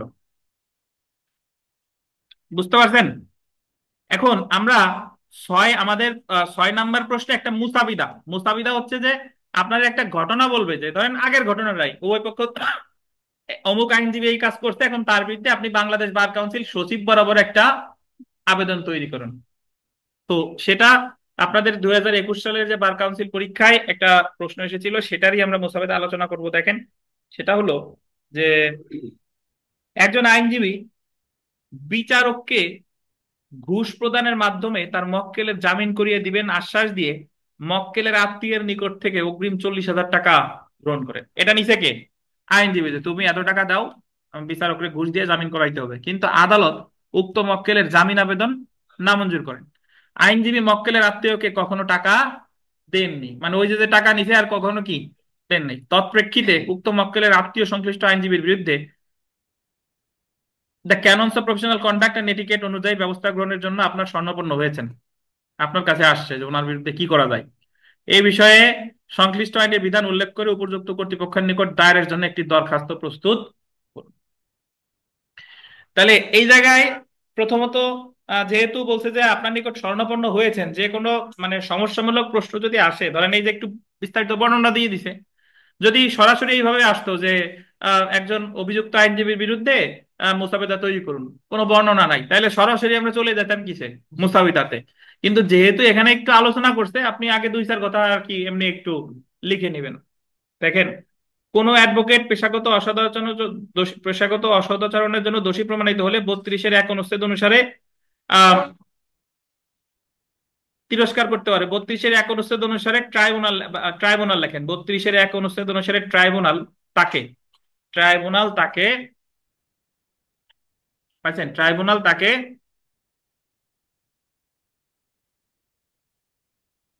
লিখছেন, ট্রাইব্যুনাল তাকে আহ তিরস্কার বা ভর্ৎসনা করতে পারে, নাকি তার সনদ বাতিল বা স্থগিত করতে পারে, আইন পেশা থেকে অপসারণ করতে পারে, আইন পেশা থেকে সাময়িক অব্যাহতি দিতে পারে। এখন আমরা সরাসরি চলে আসি এই ঘটনার আলোকে একটা দরখাস্ত কিভাবে লিখতে হবে।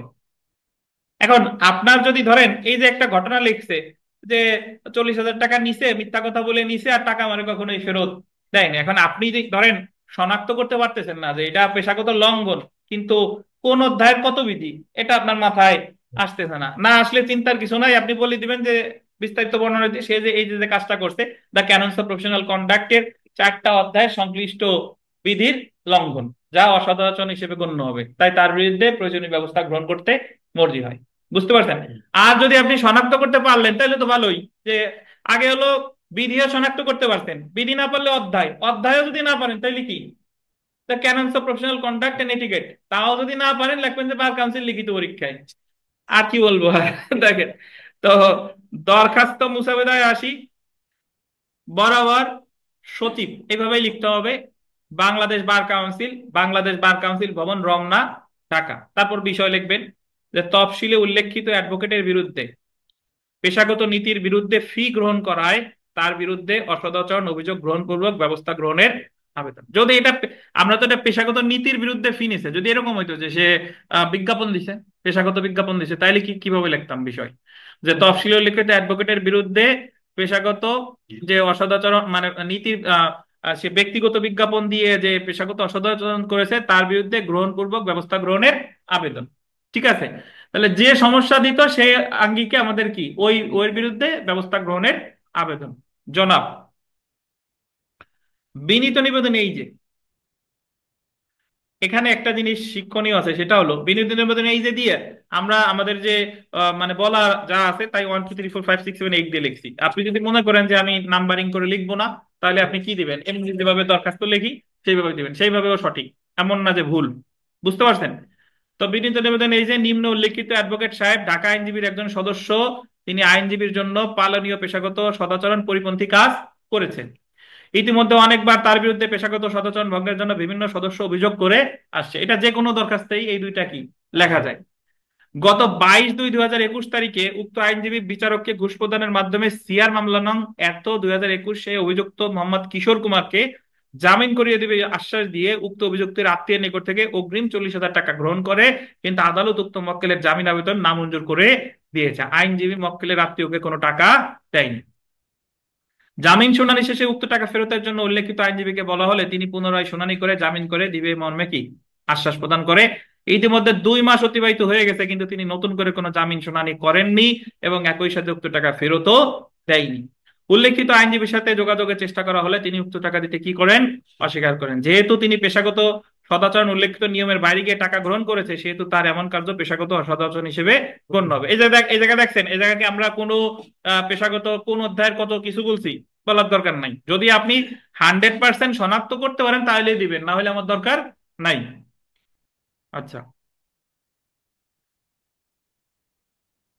পেশাগত অসদাচরণের জন্য উক্ত অ্যাডভোকেটের বিরুদ্ধে প্রয়োজনীয় ব্যবস্থা গ্রহণ করার জন্য অভিযোগটি বার কাউন্সিল আদেশ 1972-এর 33 অনুচ্ছেদ অনুযায়ী গঠিত ট্রাইব্যুনালে পেশ করা আবশ্যক। তারপরে এসে দেখেন, অতএব তফসিলে বর্ণিত অ্যাডভোকেটের বিরুদ্ধে আম, ট্রাইব্যুনাল গঠনপূর্বক আইনানুগ ব্যবস্থা গ্রহণে আপনার একান্ত কি হয়, মর্জি হয়। বিনীত মোহাম্মদ সামি আল জাবের শরণ অভিযুক্ত কিশোর কুমারের আত্মীয়। এখন তফসিল, তফসিল তো বলছে যে তফসিলে উল্লেখিত আইনজীবী, তফসিলে কিসের বর্ণনা দিছি, আইনজীবীর।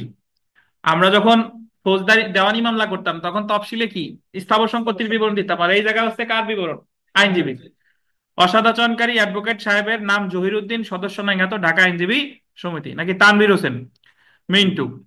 হলফনামায় চলে এসে আমরা দেখেন, হলফনামা তো মোটামুটি আমরা সবাই জানি যে অ্যাজ ইউজুয়াল যেভাবে বহু হলফনামা পড়ছি। আমি মোহাম্মদ সামি আল জাবের পিতা এত এই হলফনামা সঠিক, হলফনামাকারী স্বাক্ষর এবং সবশেষে হচ্ছে কি অ্যাডভোকেটের স্বাক্ষর। আর কোন ক্ষেত্রে হলফনামাকারীর দরকার ছিল না বলেন তো, হলফনামার দরকার ছিল না যদি আদালত হতো অথবা সরকারি কর্মকর্তা হতো। তাহলে আপনার বার কাউন্সিল ট্রাইব্যুনালের যে কোনো দরখাস্ত লেখা কিন্তু সোজা, বরাবর সচিব এই বিষয়, বিনীত নিবেদন এই যে, তারপরে তফসিল, হলফনামা। বুঝতে পারছেন? আমরা প্রায় শেষ পর্যায়ে চলে আসছি। এখন কতগুলা ওই সমস্যামূলক প্রশ্ন আছে, জাস্ট এগুলা হলো ওই এক একটা ঘটনা সে ঘটাইছে, এখন এটার সলিউশন আপনার আলোচনা করতে হবে। খুব বেশি সময় লাগবে না, দেখেন সোজা। আগে একটি ঘটনাগুলো বিভিন্ন পরীক্ষায় এগুলো আসছে। তো প্রথম যদি একটা আমরা দেখি, সেটা হলো একজন অ্যাডভোকেট একটি কোম্পানির রিটেইনার হিসেবে কাজ করার সময় একজন পরিচালক সম্পর্কে কিছু তথ্য অবগত হন। রিটেইনারশিপ শেষ হওয়ার পর তার প্রতিপক্ষ পরিচালকগণের পক্ষে তিনি আহ, আইনজীবী হিসেবে একটি মামলা পরিচালনা করেন।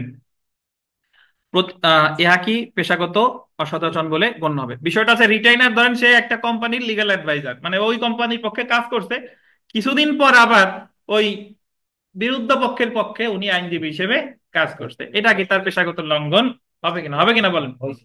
আচ্ছা, তো বিচার্য বিষয় আলোচ্য ঘটনা পেশাগত অসদাচরণ বলে গণ্য হবে কিনা তা আলোচনা করতে হবে। আইনগত পর্যালোচনা দেখেন যে আলোচ্য ঘটনায় অ্যাডভোকেট দ্বারা তার প্রতিপক্ষের পরিচালকগণের পক্ষে মামলা পরিচালনার মাধ্যমে উক্ত অ্যাডভোকেট পেশাগত অসদাচরণ করেছেন। The canons of professional conduct and এটিকেটের 2য় অধ্যায়ের 2 নং বিধি অনুসারে একজন অ্যাডভোকেট তার বর্তমান বা পূর্ববর্তী মক্কেলের অধীনে কর্মরত থাকা অবস্থায় সেই সময় যদি মক্কেলের কোনো গোপন তথ্য সম্পর্কে অবগত হন, তাহলে পরবর্তীতে উক্ত তথ্য সম্পর্কে তার মক্কেলের বিরুদ্ধে কোনো মামলা পরিচালনা করতে পারবে না।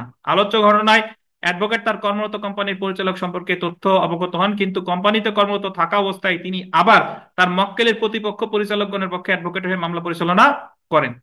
এখানে উক্ত অ্যাডভোকেটের এরূপ কার্য ক্যাননস অফ প্রফেশনাল কন্ডাক্ট এন্ড এটিকেটের 2য় অধ্যায়ের 2 নং বিধি এর সরাসরি লঙ্ঘন। কোম্পানির রিটেইনার হিসেবে কাজ করার সময় তিনি উক্ত কোম্পানির পরিচালক সম্পর্কে অনেক গোপন তথ্য জানতে পারেন। এসব তথ্য গোপন রাখা তার দায়িত্বের অন্তর্ভুক্ত। তিনি যখন প্রতিপক্ষের পরিচালকগণের পক্ষে মামলা পরিচালনা করতে যাবেন, সেখানে তার ইচ্ছায় হোক বা অনিচ্ছায় হোক উক্ত তথ্য ব্যবহার হয়ে যেতে পারে, যা পেশাগত সদাচরণের লঙ্ঘন। পেশাগত অসদাচরণের লঙ্ঘন বলেন না, যদি বলেন পেশাগত অসদাচরণ তাহলে শেষ, আর সদাচরণ হলে লঙ্ঘন। ঠিক আছে, সিদ্ধান্ত। সুতরাং আলোচ্য ঘটনা পেশাগত লঙ্ঘন হিসেবে বিবেচিত হবে। তাহলে আপনি মানে কোথায় সমস্যা হয়েছে এটা শনাক্ত করতে পারলে হলো। 2 নাম্বারটা দেখি। একজন অ্যাডভোকেট কোর্ট বিরতিকালে একজন বিচারকের খাস কামরায় প্রবেশ করেন এবং অপর পক্ষের অনুপস্থিতিতে একটি মামলায় মুলতবি আদেশপ্রাপ্ত হন। তিনি এই ধরনের কাজ প্রায়ই করেন।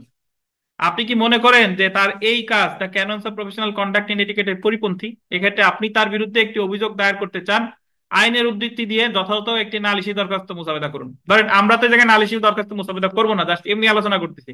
বাট নালিশি দরখাস্ত মোসাবেদা করলে কিভাবে করতাম? বরাবর সচিব বিষয় যে বিচারকের খাস কামরায় গিয়ে তিনি পেশাগত অসচেতন করেছেন এই মর্মে তার বিরুদ্ধে যথাযথ পদক্ষেপ গ্রহণের জন্য আবেদন, বিনীত নিবেদন। এই যে এই দিয়ে শুরু করে দিলাম, তফসিল বর্ণিত অ্যাডভোকেটের নাম, হলফনামা। ঠিক আছে, দেখেন। তো উক্ত আইনজীবীর এই কাজ দ্য ক্যাননস অফ বিচার্য বিষয় the canons of professional conduct and এটিকেটের পরিপন্থী কিনা তা আলোচনা করতে হবে। আইনগত পর্যালোচনা দেখেন। আলোচ্য অংশে উক্ত আইনজীবী the canons of professional conduct and এটিকেটের অধ্যায় 1 বিধি 5 এবং অধ্যায় 3 বিধি 4 এর লঙ্ঘন করেছেন। আমি আবারও বললাম, আপনার যদি এত কিছু মনে না থাকে সমস্যা নাই। অধ্যায় 1 বিধি 5 অনুযায়ী প্রতিপক্ষের আইনজীবীর অনুপস্থিতিতে প্রকাশ্য আদালত ছাড়া অন্য কোথাও বিরোধী বিষয় সম্পর্কে বিচারকের সাথে যোগাযোগ করতে পারবে না। অধ্যায় 3 এবং 4 অনুযায়ী কোনো আইনজীবী বিচারকের খাসকামরায় গিয়ে কোনো মামলায় ভালো মন্দ গুণাগুণ আলাপ করবেন না অথবা বিচারকের সাথে কোনো ব্যক্তিগত সম্পর্ক গড়ে তুলবেন না। সিদ্ধান্ত। আলোচ্য অংশের অ্যাডভোকেট কোর্ট বিরতিকালে বিচারকের খাসকামরায় অপরপক্ষের অনুমতিতে প্রবেশ করে মুলতবি আদেশ পান, তাই তার এরূপ কর্মকাণ্ড অধ্যায় 1 বিধি 5 এবং অধ্যায় 3 বিধি 4 এর লঙ্ঘন। আপনার এত সুনির্দিষ্ট করে না লিখলেও চলবে। আপনি জাস্ট বলবেন যে অমুক অধ্যায়ের লঙ্ঘন, বা অমুক, যদি একটা অধ্যায় মনে না থাকে আন্দাজে দিয়ে দিবেন অমুক অধ্যায়ের অমুক অধ্যায়ের বিধির লঙ্ঘন। উনি খুঁজে নিক, আমরা একটার ভিতরে ফেলাই।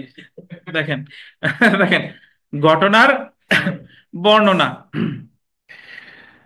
পরেরটা দেখি যে একজন দুষ্কৃতিকারী দ্বারা বার সমিতির একজন সদস্য, এটা ভালো দেখেন, একজন দুষ্কৃতিকারী দ্বারা বার সমিতির একজন সদস্য প্রহৃত হয় বলে অভিযোগ করা হয়।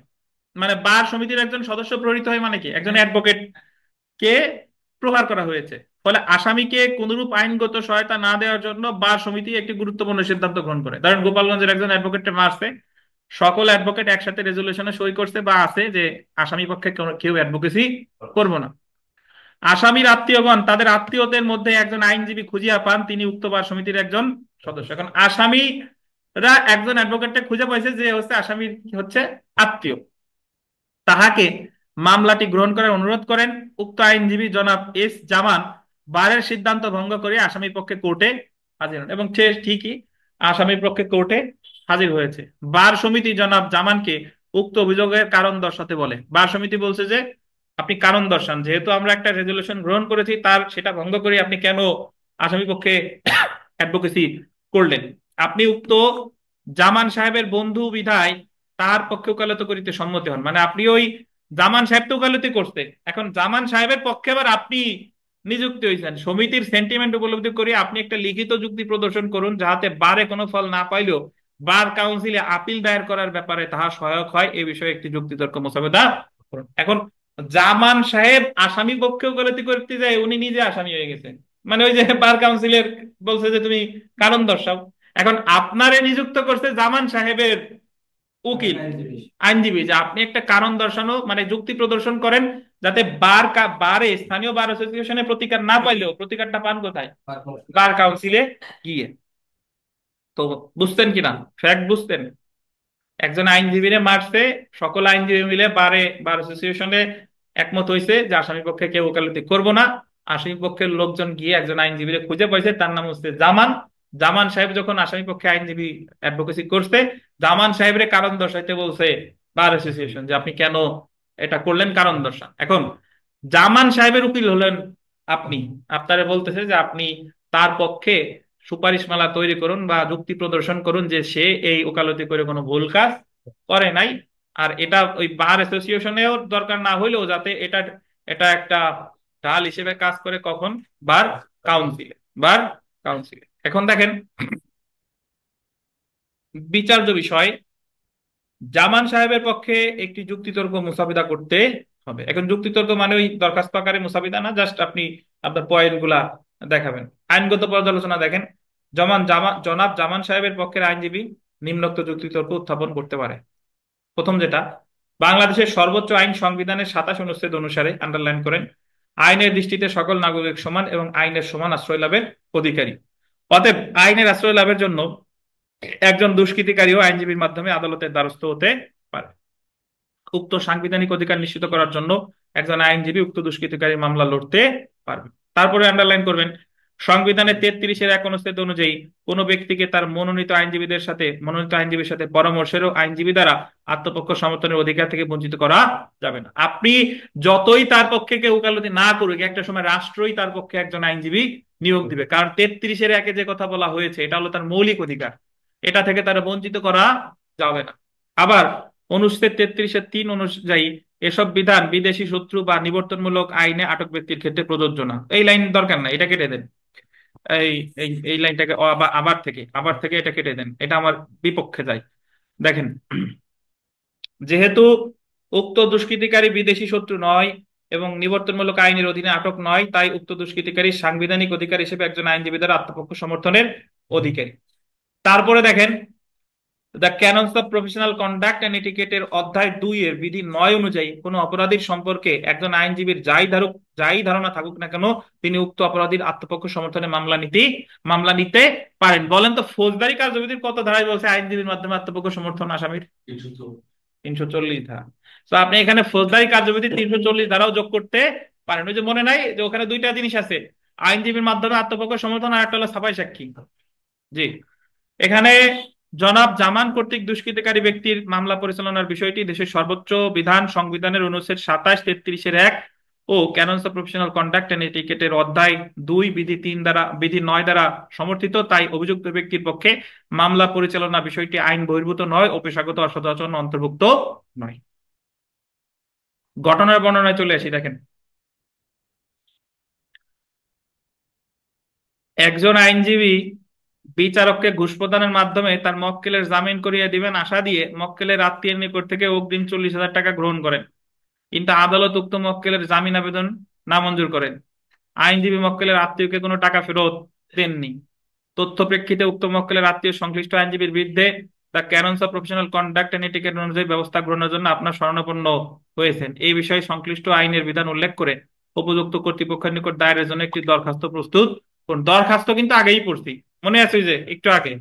আর সমস্যামূলক প্রশ্ন যদি এই হিসেবে আসে তাহলে কিভাবে লিখবো দেখেন, আলোচ্য অংশে আইনজীবী the canons of professional conduct and এটিকেটের অধ্যায় 1 বিধি 1, অধ্যায় 2 বিধি 8 ও 9 লঙ্ঘন করেছেন। আলোচ্য অংশে আইনজীবী বিচারককে ঘুষ প্রদানের মাধ্যমে জামিন করিয়ে দেওয়ার আশা দিয়ে মক্কেলের আত্মীয় নিকট থেকে অগ্রিম টাকা গ্রহণ করেছেন, যা আইন পেশার মর্যাদার হানি। এতে আদেশ 1, আদেশ তো না, অধ্যায় লেখেন, পাইছেন? দেওয়ানিতে তালে তালে দেওয়ানিতে চলে এসেছি। কি হবে? অধ্যায় 1 বিধি 2-এর লঙ্ঘন ঘটেছে। এর পাশাপাশি এতে উক্ত আইনজীবী তার মক্কেলকে আইন ভঙ্গ করার পরামর্শ দিয়েছেন এবং অন্যায় ও অসম্মানজনক ভাবে তিনি অপরাধী ব্যক্তির আত্মপক্ষ সমর্থনে সহায়তা করেছেন, যা অধ্যায় 2-এর বিধি 8 ও 9 লঙ্ঘন। আর মুসাবিদা কোথায় দেওয়া হয়েছে? আগেই দেওয়া হয়েছে। আবার লিখে দিয়েন না খাতায়, যেন মুসাবিদা আগেই দেওয়া হয়েছে।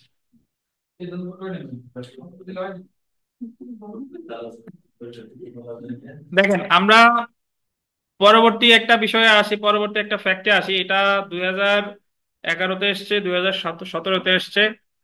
না, এটা বড় না, দুইবার আসছে এক জিনিস। তো আমরা যে কোনো একটা বললেই হবে।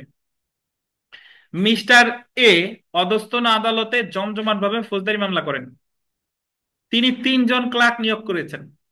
তাদের মধ্যে একজনকে রেলওয়ে স্টেশনে, একজনকে বাস স্ট্যান্ডে এবং অপরজনকে জেলার কোতোয়ালি থানার মক্কেল সংগ্রহের জন্য পাঠাইছেন। মানে তিনি 3 জন লোক রাখছেন শুধু কি মামলা ধরার জন্য। এই আইনজীবী মামলা সংগ্রহের জন্য 3 জন ক্লার্কের সহিত তার ফি ভাগাভাগি করেন। The canons of professional conduct and এটিকেটের অধীনে তিনি কি অপরাধ করিয়াছেন? বার কাউন্সিলের সচিবকে সম্বোধন করে একটি নালিশি দরখাস্ত লাগবে। যদি মিস্টার কে হয়ে গেছে এ লেখেন, যদি মিস্টার এ দোষী সাব্যস্ত হন তাহলে তাকে কি শাস্তি দেওয়া যাইতে পারে? পেশাগত অসদাচরণের জন্য তা বার কাউন্সিলের আইনে কি কি শাস্তির বিধান আছে। তো এই সেম প্রশ্ন আসছে 2017-তে, এটা আসছিল 2008-এও আসছে, 2011-তেও আসছে, 2017-তেও আসছে, মোট 3 বার আসছে এক ধরনের প্রশ্ন। বুঝতে পারছেন? তো এটা আসলে কি বলেন তো, অপরাধ করছে কিনা? অবশ্যই অপরাধ করছে। বিচার্য বিষয় দেখেন যে পেশাগত অসচেতনের জন্য বার কাউন্সিল আইনে কি কি শাস্তির বিধান আছে তা আলোচনা করতে হবে। আইনগত পর্যালোচনা দেখেন, আলোচ্য অংশে মিস্টার এক্স হলো, আর একটা উদাহরণ বলছে X, canons of professional conduct and এটিকেটের অধ্যায় 1 বিধি 3-এর লঙ্ঘন করেছেন। বিধি 3 অনুযায়ী একজন আইনজীবী পেশাগত নিযুক্তির জন্য অন্য কাউকে নিয়োগ দিতে পারবে না। তার পেশাগত নিযুক্তির জন্য অন্য কাউকে কোনো প্রকার পারিশ্রমিক দিবেন না, অথবা অনুমোদনহীন ব্যক্তির সাথে পেশাগত অর্থ বাটোয়ারার জন্য অংশীদার হবেন না। যেহেতু মিস্টার এক্স অসচেতন করেছেন, তাই তাই তাই তাকে Bangladesh legal practitioners and bar council order 1972 34 অনুযায়ী, অনুচ্ছেদ 34 অনুযায়ী বার কাউন্সিল ট্রাইব্যুনালের মাধ্যমে নিম্নোক্ত সাজা দেওয়া যাবে। কি কি? ওই যে তিরস্কার, সনদ বাতিল বা স্থগিত, আইন পেশা থেকে অপসারণ, আইন পেশা থেকে সাময়িক কি বলেন অব্যাহতি। প্রায় শেষ পর্যায়ে চলে আসছি, আরেকটু দেখেন 6 নাম্বারটা দেখেন, ঘটনার বর্ণনা। সিটি ব্যাংক লিমিটেডের নিয়োগপ্রাপ্ত আইন উপদেষ্টা মোহাম্মদ নুরুজ্জামান ব্যাংকের পক্ষে মামলা বা মোকদ্দমা দায়ের করে ওইসব মামলা পরিচালনা করে আসছেন। মানে নুরুজ্জামান সাহেব সিটি ব্যাংকের লিগ্যাল অ্যাডভাইজার ধরেন। একজন ঋণ খেলাপির নিকট থেকে 5 লাখ টাকা আদায়ের লক্ষ্যে একটি মানি সুট দায়েরের জন্য ব্যাংক মিস্টার জামানকে প্রয়োজনীয় কাগজপত্র কোর্ট ফি বুঝিয়ে দেয়। বলছে সিটি ব্যাংক বলতেছে, জামান সাহেব আমরা অমুকের কাছে 5 লাখ টাকা পাবো, আপনি মানি সুট দায়ের করেন, এই যে আপনার 5 লাখ টাকার কোর্ট ফির টাকা। মিস্টার জামান যথাসময়ে আর্জি মুসাবিদা প্রস্তুত করে 10,000 টাকা ফিসের বিল ব্যাংকে প্রেরণ করলেন, এবং উনি নিজে ব্যাংকে পাঠাইছে যে আপনাদের কাছে আমি কত টাকা পাই, 10,000 টাকা, ওই আর্জি মামলা দায়ের বাবদ। 4 মাস কাল সময়ের মধ্যে পুনঃ পুনঃ তাগিদ সত্ত্বেও ব্যাংক মিস্টার জামানের প্রাপ্য ফিসের টাকা পরিশোধ করতে ব্যর্থ হয়। 4 মাসের মধ্যেও টাকা দেয় নাই। অতঃপর মিস্টার জামান ব্যাংকে একটি লিখিত নোটিশ দিয়ে জানিয়ে দেন যে যদি নোটিশ প্রাপ্তির 1 মাসের মধ্যে ব্যাংক তার প্রাপ্য ফিসের টাকা পরিশোধ না করে, তাহলে ব্যাংকের পক্ষে মানি সুটটি দায়ের না করে তার কাছে গচ্ছিত কোর্ট ফিসের টাকা থেকে তিনি প্রাপ্য ফিসের টাকা কেটে নেবেন। বলতেছে যে আমি মামলা কিন্তু এখনো দাখিল করি নাই, 10,000 টাকা যেহেতু দেন নাই, তাহলে আমি কিন্তু আমার পারিশ্রমিক কোথা থেকে রেখে দিব, আমার যে কোর্ট ফিসের টাকা দিচ্ছেন কোর্ট ফিসের টাকা থেকে রেখে দিব। এবারেও ব্যাংক তার দাবি অনুযায়ী ফিসের টাকা পরিশোধ করতে ব্যর্থ হলে জামান কোর্ট ফিসের টাকা থেকে তার প্রাপ্য টাকা আদায় করে নেন, আর কি দেন হয়ে গেছে, নেন। পেশাগত আচরণবিধি নীতিমালার আলোকে মিস্টার জামান কি পেশাগত অসদাচরণ করেছেন? করে থাকলে the canons of professional conduct ভঙ্গ করছেন। বলেন তো করছে কিনা? জি। তো বিচার্য বিষয়ে যদি আমরা আসি, পেশাগত আচরণবিধি নীতিমালার আলোকে মিস্টার জামান কি পেশাগত অসদাচরণ করেছেন কিনা তা আলোচনা করতে হবে। আইনগত পর্যালোচনা, যে উক্ত ঘটনায় আইনজীবী নুরুজ্জামান the canons of professional conduct and এটিকেটের 2য় অধ্যায়ের 6 নং বিধি লঙ্ঘন করেছেন। 2য় অধ্যায়ের 6 নং বিধি অনুসারে আইনজীবী তার কাছে রক্ষিত মক্কেলের কোনো সম্পত্তির সাথে নিজের সম্পত্তি মিলিয়ে ফেলবেন না, এবং মক্কেলের অধীন কোনো সম্পত্তি বা টাকা নিলে তা মক্কেলকে কি জানাবেন। এই বিধির সুস্পষ্ট লঙ্ঘন করে আইনজীবী নুরুজ্জামান তার প্রাপ্য ফিসের টাকা কোর্ট ফি বাবদ দেওয়া টাকা থেকে কেটে নেন। সুতরাং উক্ত ঘটনায় আহ নুরুজ্জামান the canons of professional conduct and এটিকেটের 2য় অধ্যায়ের 6 নং বিধি লঙ্ঘন করছেন। কত অধ্যায়ের 6 নং বিধি? 2য় অধ্যায়ের 6 নং বিধি। ঠিক আছে, আচ্ছা। তো এরপরে দেখেন আমরা 7 নাম্বার প্রশ্নে চলে আসি, ঘটনার বর্ণনা।